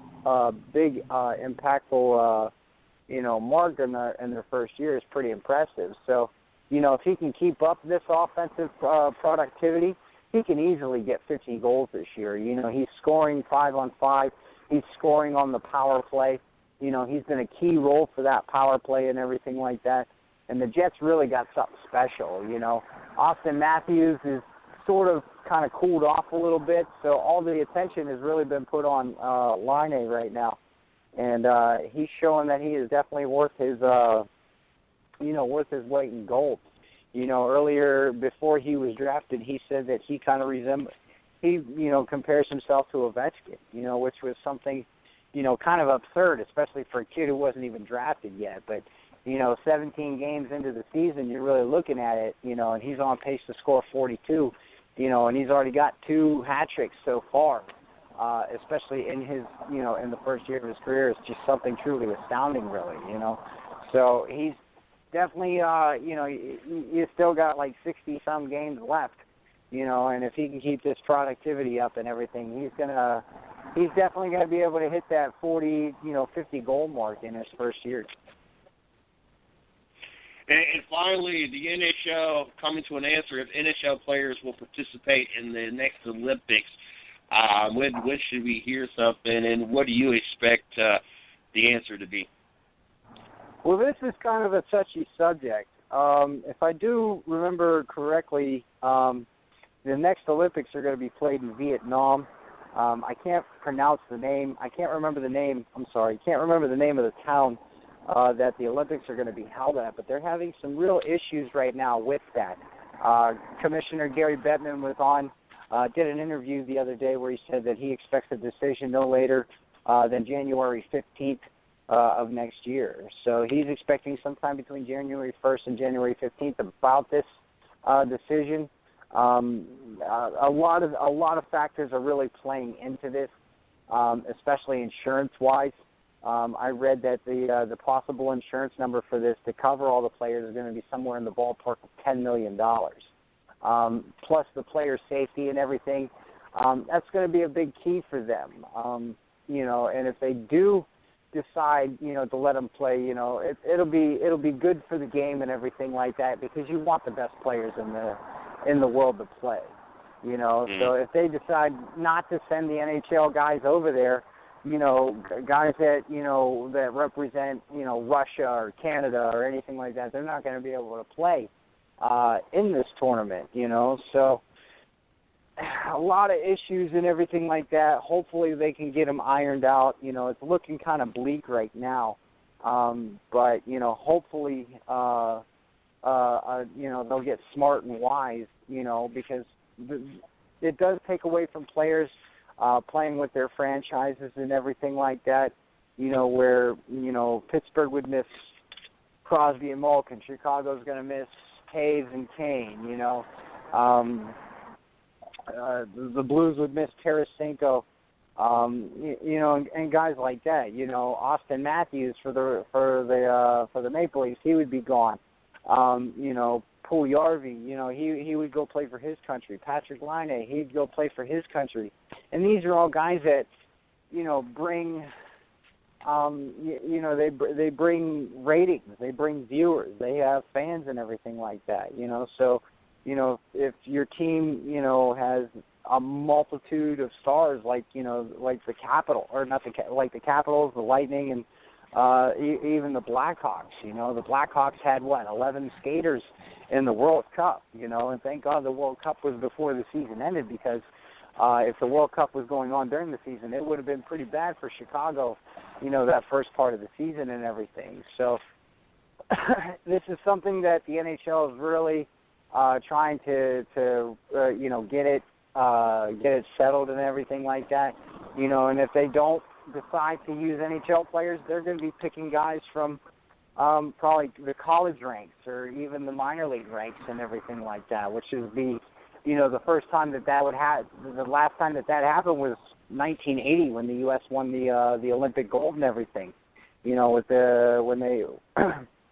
with that team and everything that beat Russia, or the Soviet team and everything like that. That was the last time that USA used college players. So every Olympics since then, it's been all professional players and everything like that. So this is something pretty huge and pretty big to get done. And it's looking kind of bleak right now, but you never know what's going to happen. And with Commissioner Bettman kind of at the helm of this, he's not really a fan favorite with the fans, but they're looking for something to get done here. Oh, goodness. Izzo, got to thank you, as always, coming on here, getting us caught up in the NHL for the week. Looking forward to sitting back down with you next Tuesday night, doing this all over again. You enjoy the ice action you're going to watch tonight, and you enjoy the rest of your evening, sir. Hey, you guys do the same, and we'll talk to you guys next week. Okay, yes, take care. Yep. Tuesday nights, gotta love them. The number one night here on the 110 Nation Sports Radio Network. Mark Rette of Red Jones Racing, Izzo, our very own NHL expert, helped make that all possible. Of course, Mike and myself. Yeah, we don't do too bad ourselves. But I want to thank everybody for tuning in. Tomorrow night we got Hump Day. We got Shannon joining us. I'm sure we'll either have Shorty's picks or Shorty be calling in. We'll see how this week's picks go for all four of us. And I'm sure we got an array of topics that we will be talking with Shannon with us tomorrow night. 7 o'clock, make sure you guys are here. Don't forget, I got to thank, first of all, don't forget you guys to follow us on Twitter at 110 Nation. You guys can like us on Facebook, 110 Nation Sports. I got to thank I-95 Sports Network, Mile High Radio, Fit for Life, and Snafu Seasoning for helping make all this possible. Got to thank Mike for sitting co-pilot with me once again tonight. Looking forward to being back here tomorrow night doing this all over again. So you guys enjoy your night. Be back here 7 o'clock tomorrow. Don't be late. Until then. Got it. Thanks for listening to the 110 Nation Sports Show with Mr. CJ Sports. You are a part of the 110 Nation, so be sure to visit the110nation.com for everything related to the show. You can follow CJ on Twitter at 110 Nation and on Facebook at 110 Nation Sports. Until next time.